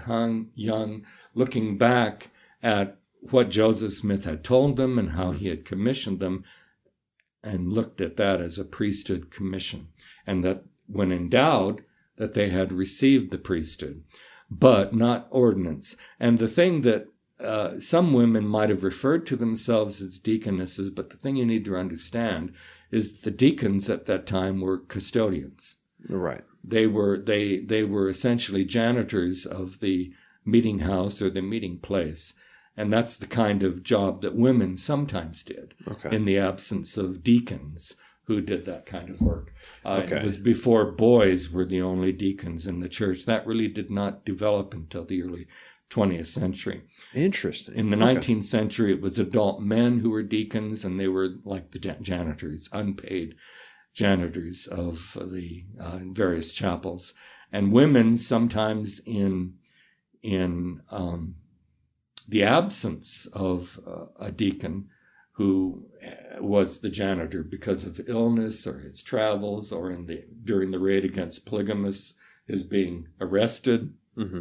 Women sometimes took these janitorial services or responsibilities, and they were called deaconesses, but not because of being ordained to the Aaronic priesthood office, which never occurred by any evidence that I have. But anyway, publishing that article came out in, again, August of 1992 is my memory. And I returned from New Orleans in September of 1992 to Utah and moved to a place in Salt Lake City. And about 6 months later, in February, around the first few days of February, it was the first Sunday of February, the stake president of the Salt Lake Stake, which is the stake I lived in, showed up on my door with a letter that outlined 3 examples of my apostasy as a historian. Aha. Okay. And the first on that list was the article that I'd published in 78. Women in Authority, Maxine Hansen. Oh, okay. So just the Women few in months Authority, prior. that Mormon women have had the priesthood since 1843. That was the first example that he gave of my apostasy. The second was an article that I had published in Sunstone magazine called Truth and Consequences about Mormon History.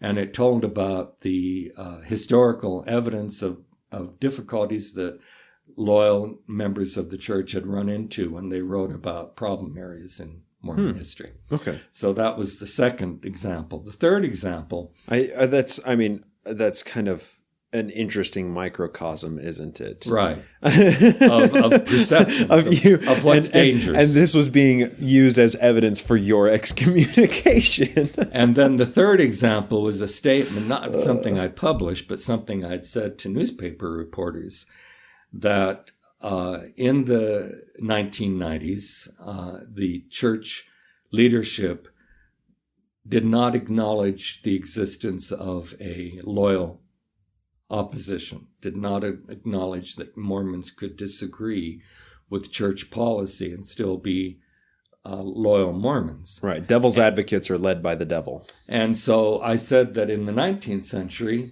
there had been a diversity, and disagreeing with the presidency of the church was not a reason for being classed as an apostate.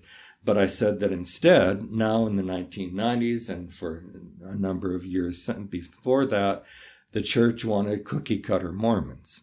Right. And the newspaper says, Mormon historian says Mormon leadership wants cookie-cutter Mormons. And that was what was the headline in the Salt Lake Tribune and elsewhere. And so that was the third example of my apostasy. Well, I told the stake president that I'd been on this train before, and that I did not really expect that what he was doing and had written was of his own making, but that he was receiving instructions from the higher ups, of course. And I said, and besides, I'm sick as a dog, and I was. That day I had a temperature of about 103. Oh, wow. With a flu, and I just, and I'd come to the door in bleary-eyed and in my robe, and I wouldn't, he wanted to come in, and I wouldn't let him in my apartment, and just said, I'm not going to cooperate with you, and, you do what you want to do, but I as soon as I get over this, feel well enough to travel, I have an appointment to be a researcher at the Huntington Library in Southern California, and as soon as I'm able to feel well enough, I'm going to be driving down there. And you can do your thing, but I'm not going to be here. And so he said, well, when you come back, then we will resume this discussion. We will resume your excommunication. Yeah. And so anyway, that was how it began. It began in February. When I came back in June, I didn't return till June 1993. Within 2 weeks of my return, they held a court and put me under probation. And I had told the stake president all along I was never going to meet with him about this. If he came to my door, I would open the door, but I wouldn't let him in, and I didn't want to talk to him, and I wasn't going to attend any meeting with him or the High Council. So they put me in June. They put me on probation, and scheduled a second. Well, they're not called courts anymore. They're called disciplinary councils. Right. But or courts of love. Of love. The second meeting of the disciplinary council was scheduled for July. Okay. And so I figured that was when I was going to be excommunicated, and I didn't attend it, but I went to a movie that was just frivolous, and I thought that I could that Sunday, because on that Sunday that I felt I could lose my anxiety about, and then had a dinner after that and first of all, I felt the anxiety, but then I felt what I had always understood as the Spirit of the Lord, that everything was okay and that I should have comfort. Okay. And so I did. I felt that, and I didn't receive a second scheduled meeting. I received notice that the meeting in July had disfellowshipped me, and that they would set up a final final disciplinary council to decide finally what to do with me. And I knew that was an excommunication court. Right. And so the time went by, August came, and I hadn't heard anything. I hadn't received another word. A month went by without hearing this very rapid scheduling of the following meeting.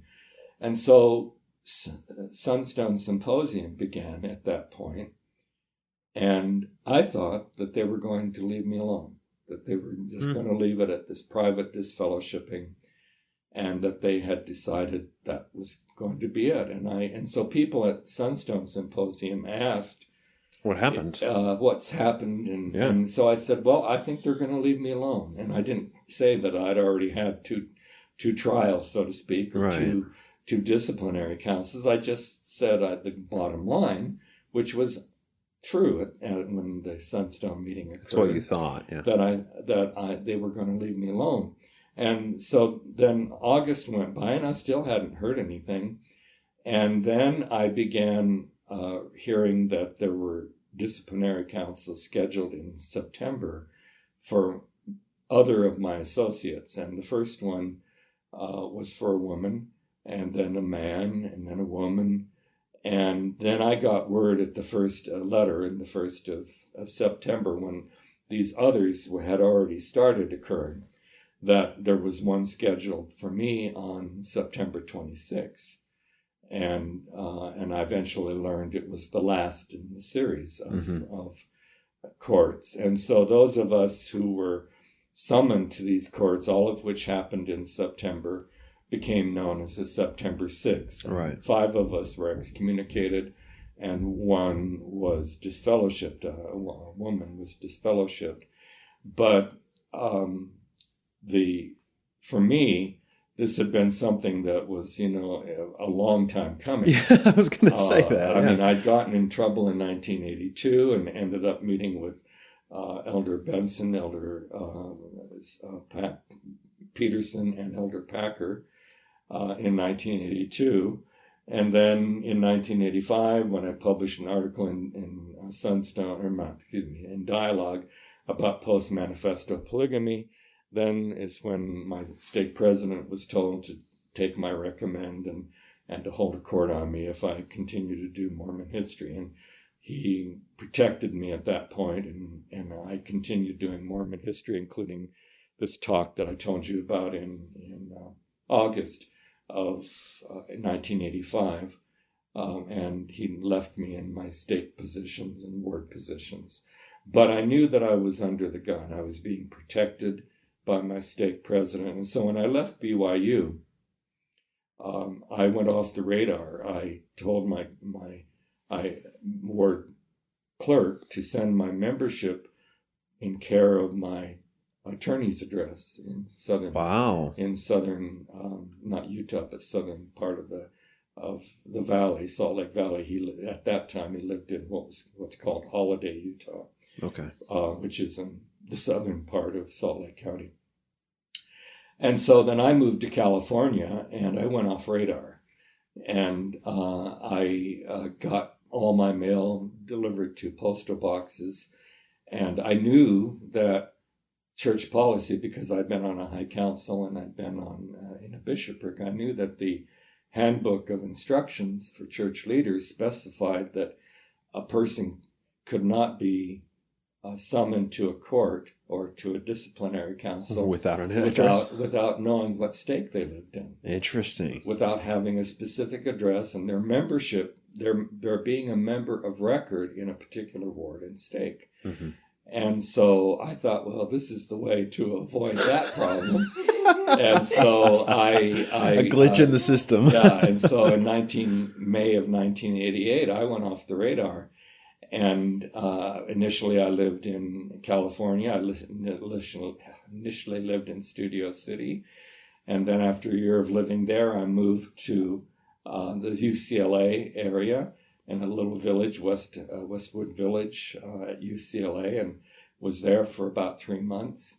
And then I was running out of money. My money at the Huntington Library ended, and so I needed to live somewhere cheap. And I found in the newspapers that I could look at on newsstands in Los Angeles all the newspapers of the major centers and so I went through them to see places that I could live relatively cheap by what they advertised in the newspaper. And this was before the internet.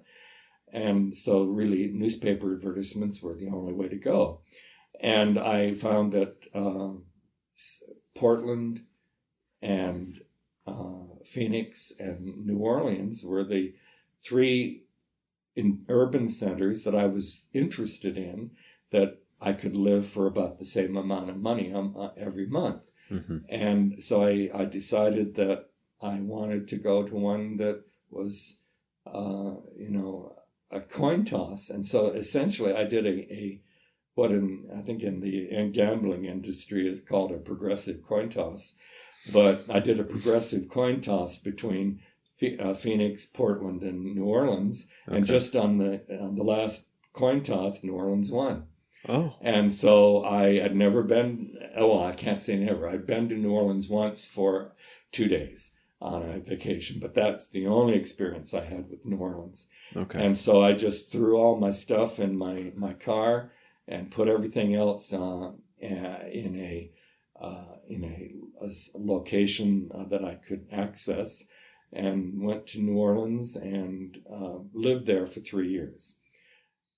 By the time the book was published in 1992 with Women in Authority, I felt that I developed through counseling, going to both straight and gay counselors for talk therapy, that I had developed enough of a inner peace about what had gone on in my life, including the issue of leaving BYU under duress, even though I wasn't forced out.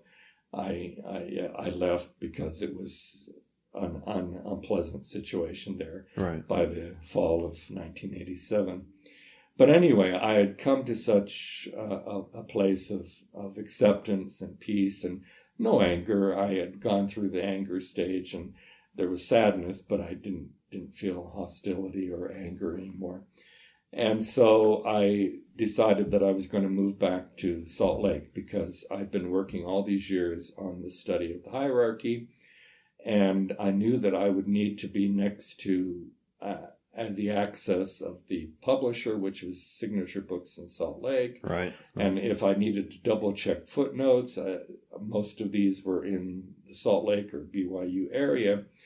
And so I decided that I would move back to Salt Lake, and that I would stop being under the radar. I would stop hiding out, that I would have my mail all delivered to my residence address. And this all coincided with Women in Authority being published. And this was a month after Women in Authority was published. Wow. As far as I remember, I think it came out in August. And so in September, I moved to an apartment in Salt Lake City, and that became my well-known public address. And then I had no visit from, even though the manager of the apartment was my next door neighbor, and he was the elders quorum president, I never had a fellowship visit from anybody. Interesting. No ward teachers, no nothing.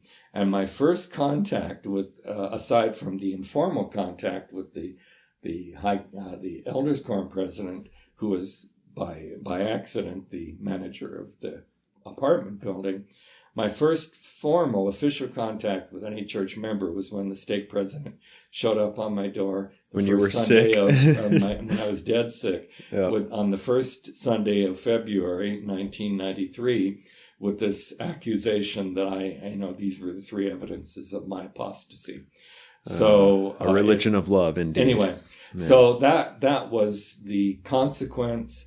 The final outcome was in September. I was excommunicated, and they had dropped by that point the accusation of apostasy.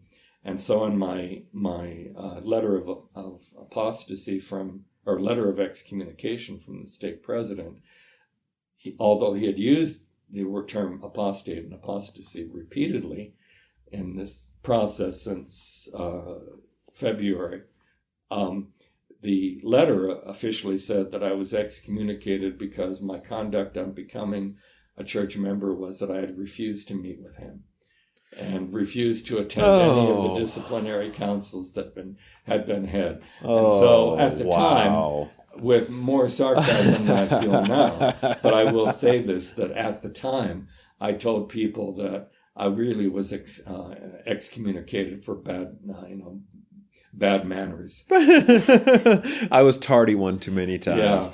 Wow. But it was a serious thing. Yeah. And I know the stake president told me that it was sad and that he didn't want to do it and da. But it also being like all six of these, it was 5 excommunications, 1 disfellowshipping, like all coming in the same month. Like it's always said that it's held at the stake level. It is your stake president who judges, who does everything, who is your mortal judge to determine whether or not you're worthy to be excommunicated or worthy to be a member. They obviously all came down from a much higher place. Well, and all of us, either from bishops, and usually it was for the 2 women, learned from their bishops, because the bishops could excommunicate them. With the men, the excommunication had to come from the High Council and the stake president. So the 4 of us who were males learned from our stake president that he was not president of the 12 at that time, but Elder Packer was in contact with every one of our church leaders, whether it was the bishop for the women or the stake president for the men, that he was in during this whole process was in contact with them. So it was very clear to us at the time in September that as we compared notes of what we had learned in our conversations with the particular presiding officer who was preparing to excommunicate us or disfellowship us, that Elder Packer was behind all of this. Right. That's quite having notable, said isn't this, I have respect for Elder Packer and his position as an apostle and in his calling as a prophet, seer, and revelator.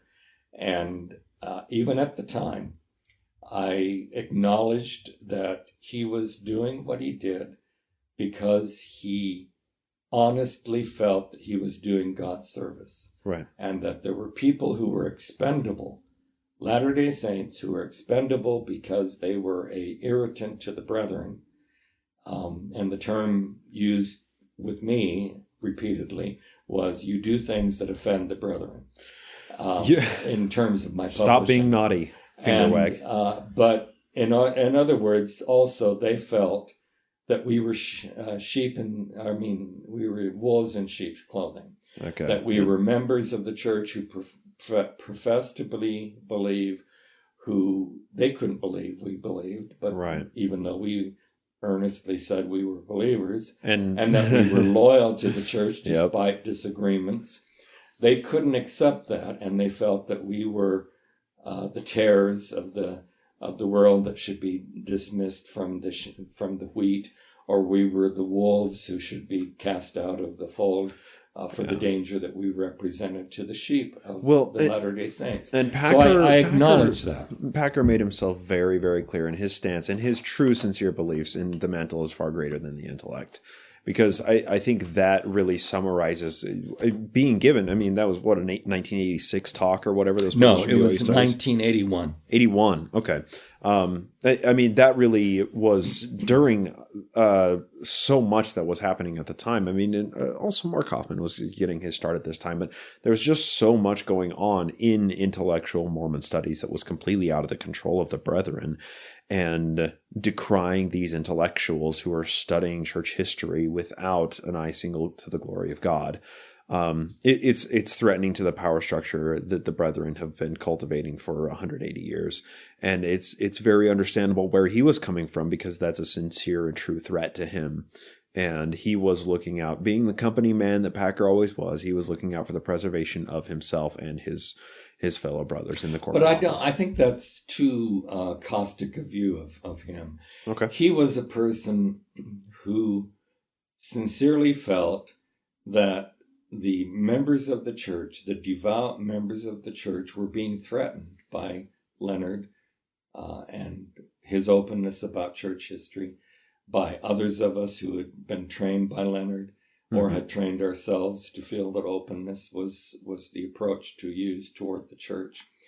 And he really felt that we were similar to a disease, that we needed to be cut out of the body of Christ because we were endangering the life of the body of the Christ. I mean, that was his view. He was not simply a company man protecting his own position. I think that's an untrue characterization of what he was doing. He honestly felt that we were threatening the church as an institution and the membership of the church as vulnerable saints who couldn't deal with this kind of information that we were making public. Whereas we felt that we were, in a phrase that at one point he publicly ridiculed, but that we were inoculating the saints so that they would learn that there was a reality to the church that was human,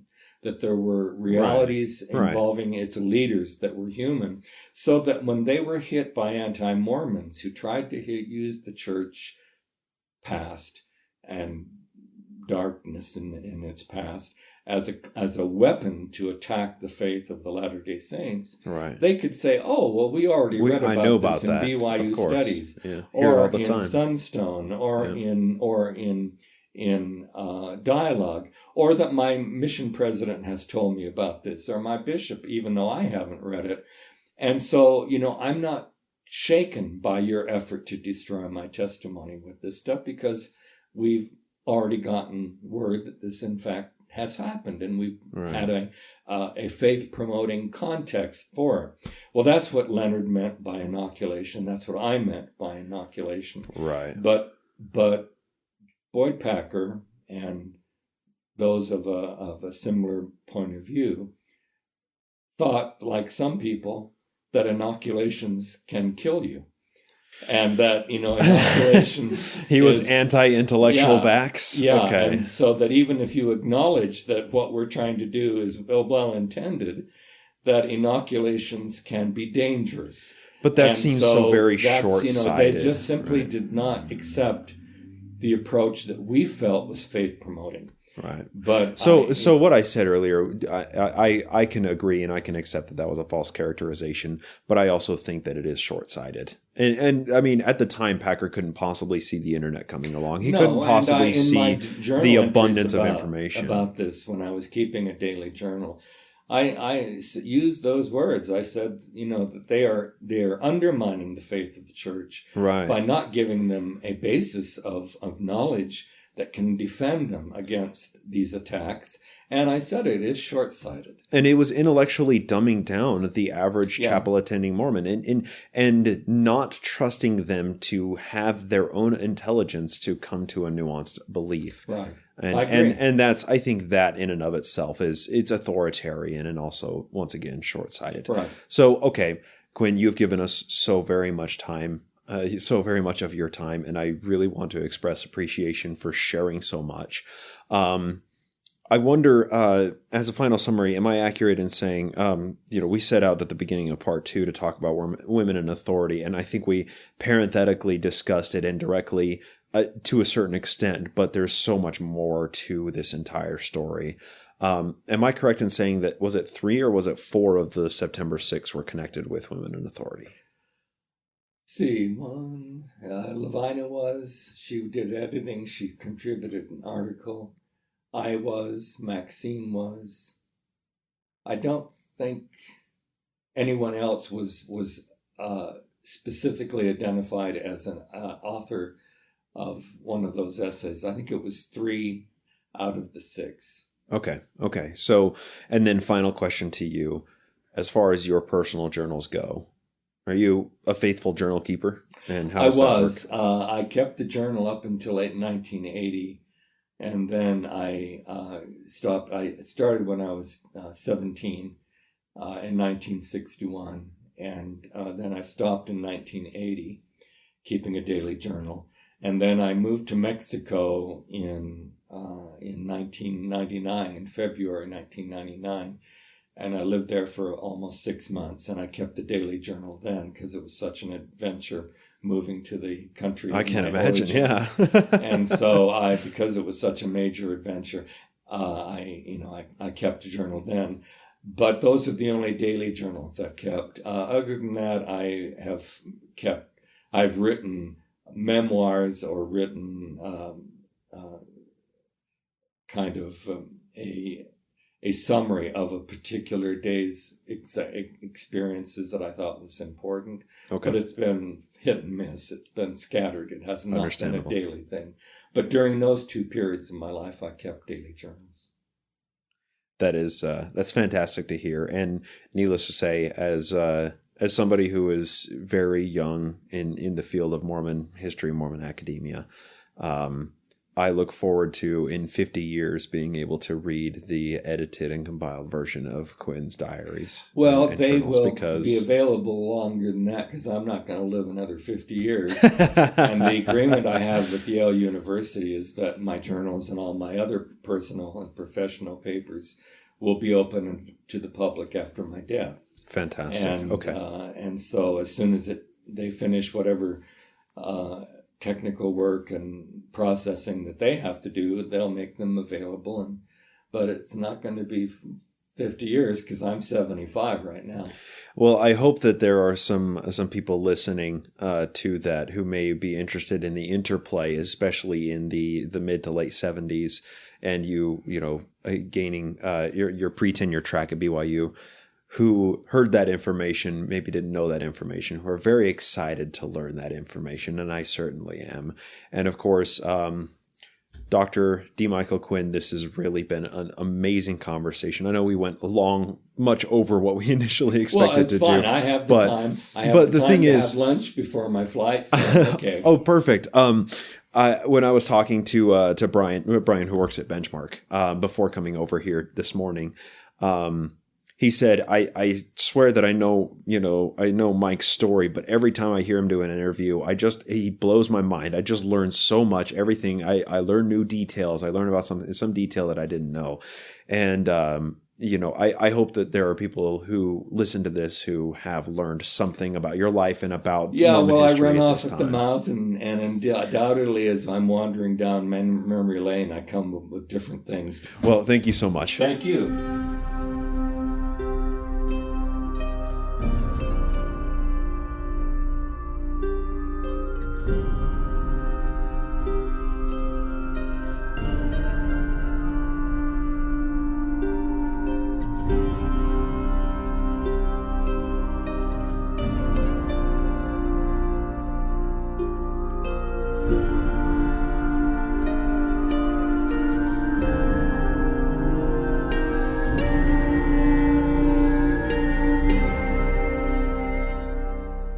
So if the man behind the history interests you, I can promise you that his actual history books will be quite interesting to you as well. So if you check the show notes for this week's episode, you're going to find links to purchase some of his more well-known books. And these are from new book retailers, right? Because if you're buying used copies of the books, then, they're just used copies. But new books, they need to be replaced. And, Quinn gets a small cut of that. So check the show notes to get links to those books and, consider purchasing and helping to fund Quinn's research into early Mormon studies and, even more modern Mormon studies, especially with his most recent book, Origins of Power, Wealth and Corporate Power. It's quite the book, to say the least. And of course, let's go over to thanking our new patrons. The patrons are the people who sign up to support the show over at patreon.com, and we had an influx of new supporters. Looks like we have Daniel Lilligard, Bart Butcher, Mindy Lind, Dancy Apollos, Darren Austin, Paul Child, Kent Judkins, Booth Jensen, and Jeff Garfield. All of those are our new patrons. And I missed one. Riley Miller. So all of these new patrons, my goodness. Thank you all so much for pledging to support the show over at patreon.com/nakedmormonism. And also we have now this is quite incredible.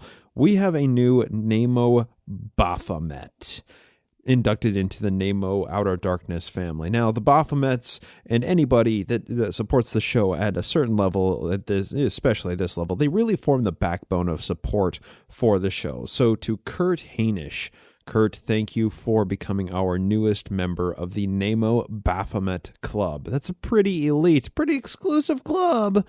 And what that did is sent us over into our next Patreon goal. So now what everybody can expect if you are a supporter on patreon.com, you get, we're going to start infusing new episodes into our weekly rotation of patron exclusive episodes. Those release every Monday night or sometimes on Tuesday morning, like let's say if I'm traveling 1,300 miles on a Monday.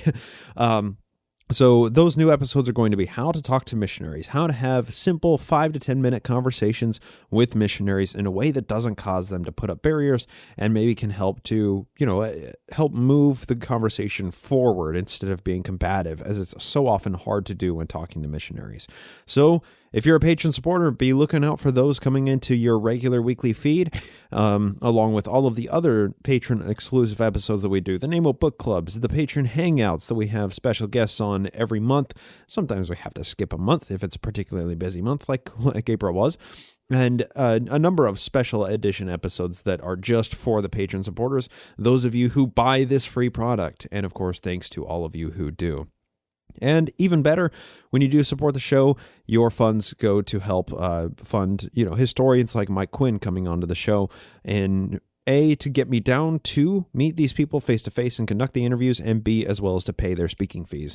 So thank you all so much for everybody who does support the show. Also wanted to give a quick shout out. I said last week that Mormon Stories episode went up on the Mormon Stories Facebook feed. So now the Mormon Stories interview that John and I did about the Spalding Theory has come out on the actual Mormon Stories podcast feed. If you want to listen to it, it's just under 3 hours of conversation all about the Spalding Theory, top to bottom, and the feedback from it so far has been very, very positive, and it's gotten me into some very interesting conversations with hobbyist historians. So it's really fun. Check it out. Check the show notes. You can find a link to it. Also, if you're a patron supporter, be sure to stick around after the outro music so I can tell you all about my trip down to Sunstone and spending the weekend in Short Creek with all of these amazing individuals and doing service projects and just learning so much from the amazing and thriving community that is down there. With all of that, we're going to go ahead and wrap up for the evening. I want to thank everybody who writes in at nakedmormonism@gmail.com or shares or, gets in contact on Facebook and Twitter and all of the various social medias at Naked Mormonism. And, of course, anybody who reviews and rates the shows on iTunes or your favorite podcasting app of choice. That really helps with visibility, helps people find the show when they type Mormon into the search bar. And most importantly, to all of the listeners who hit the download button every week and listen, thank you so much for lending me your ear. I hope to talk to you next time here on the Naked Mormonism Podcast.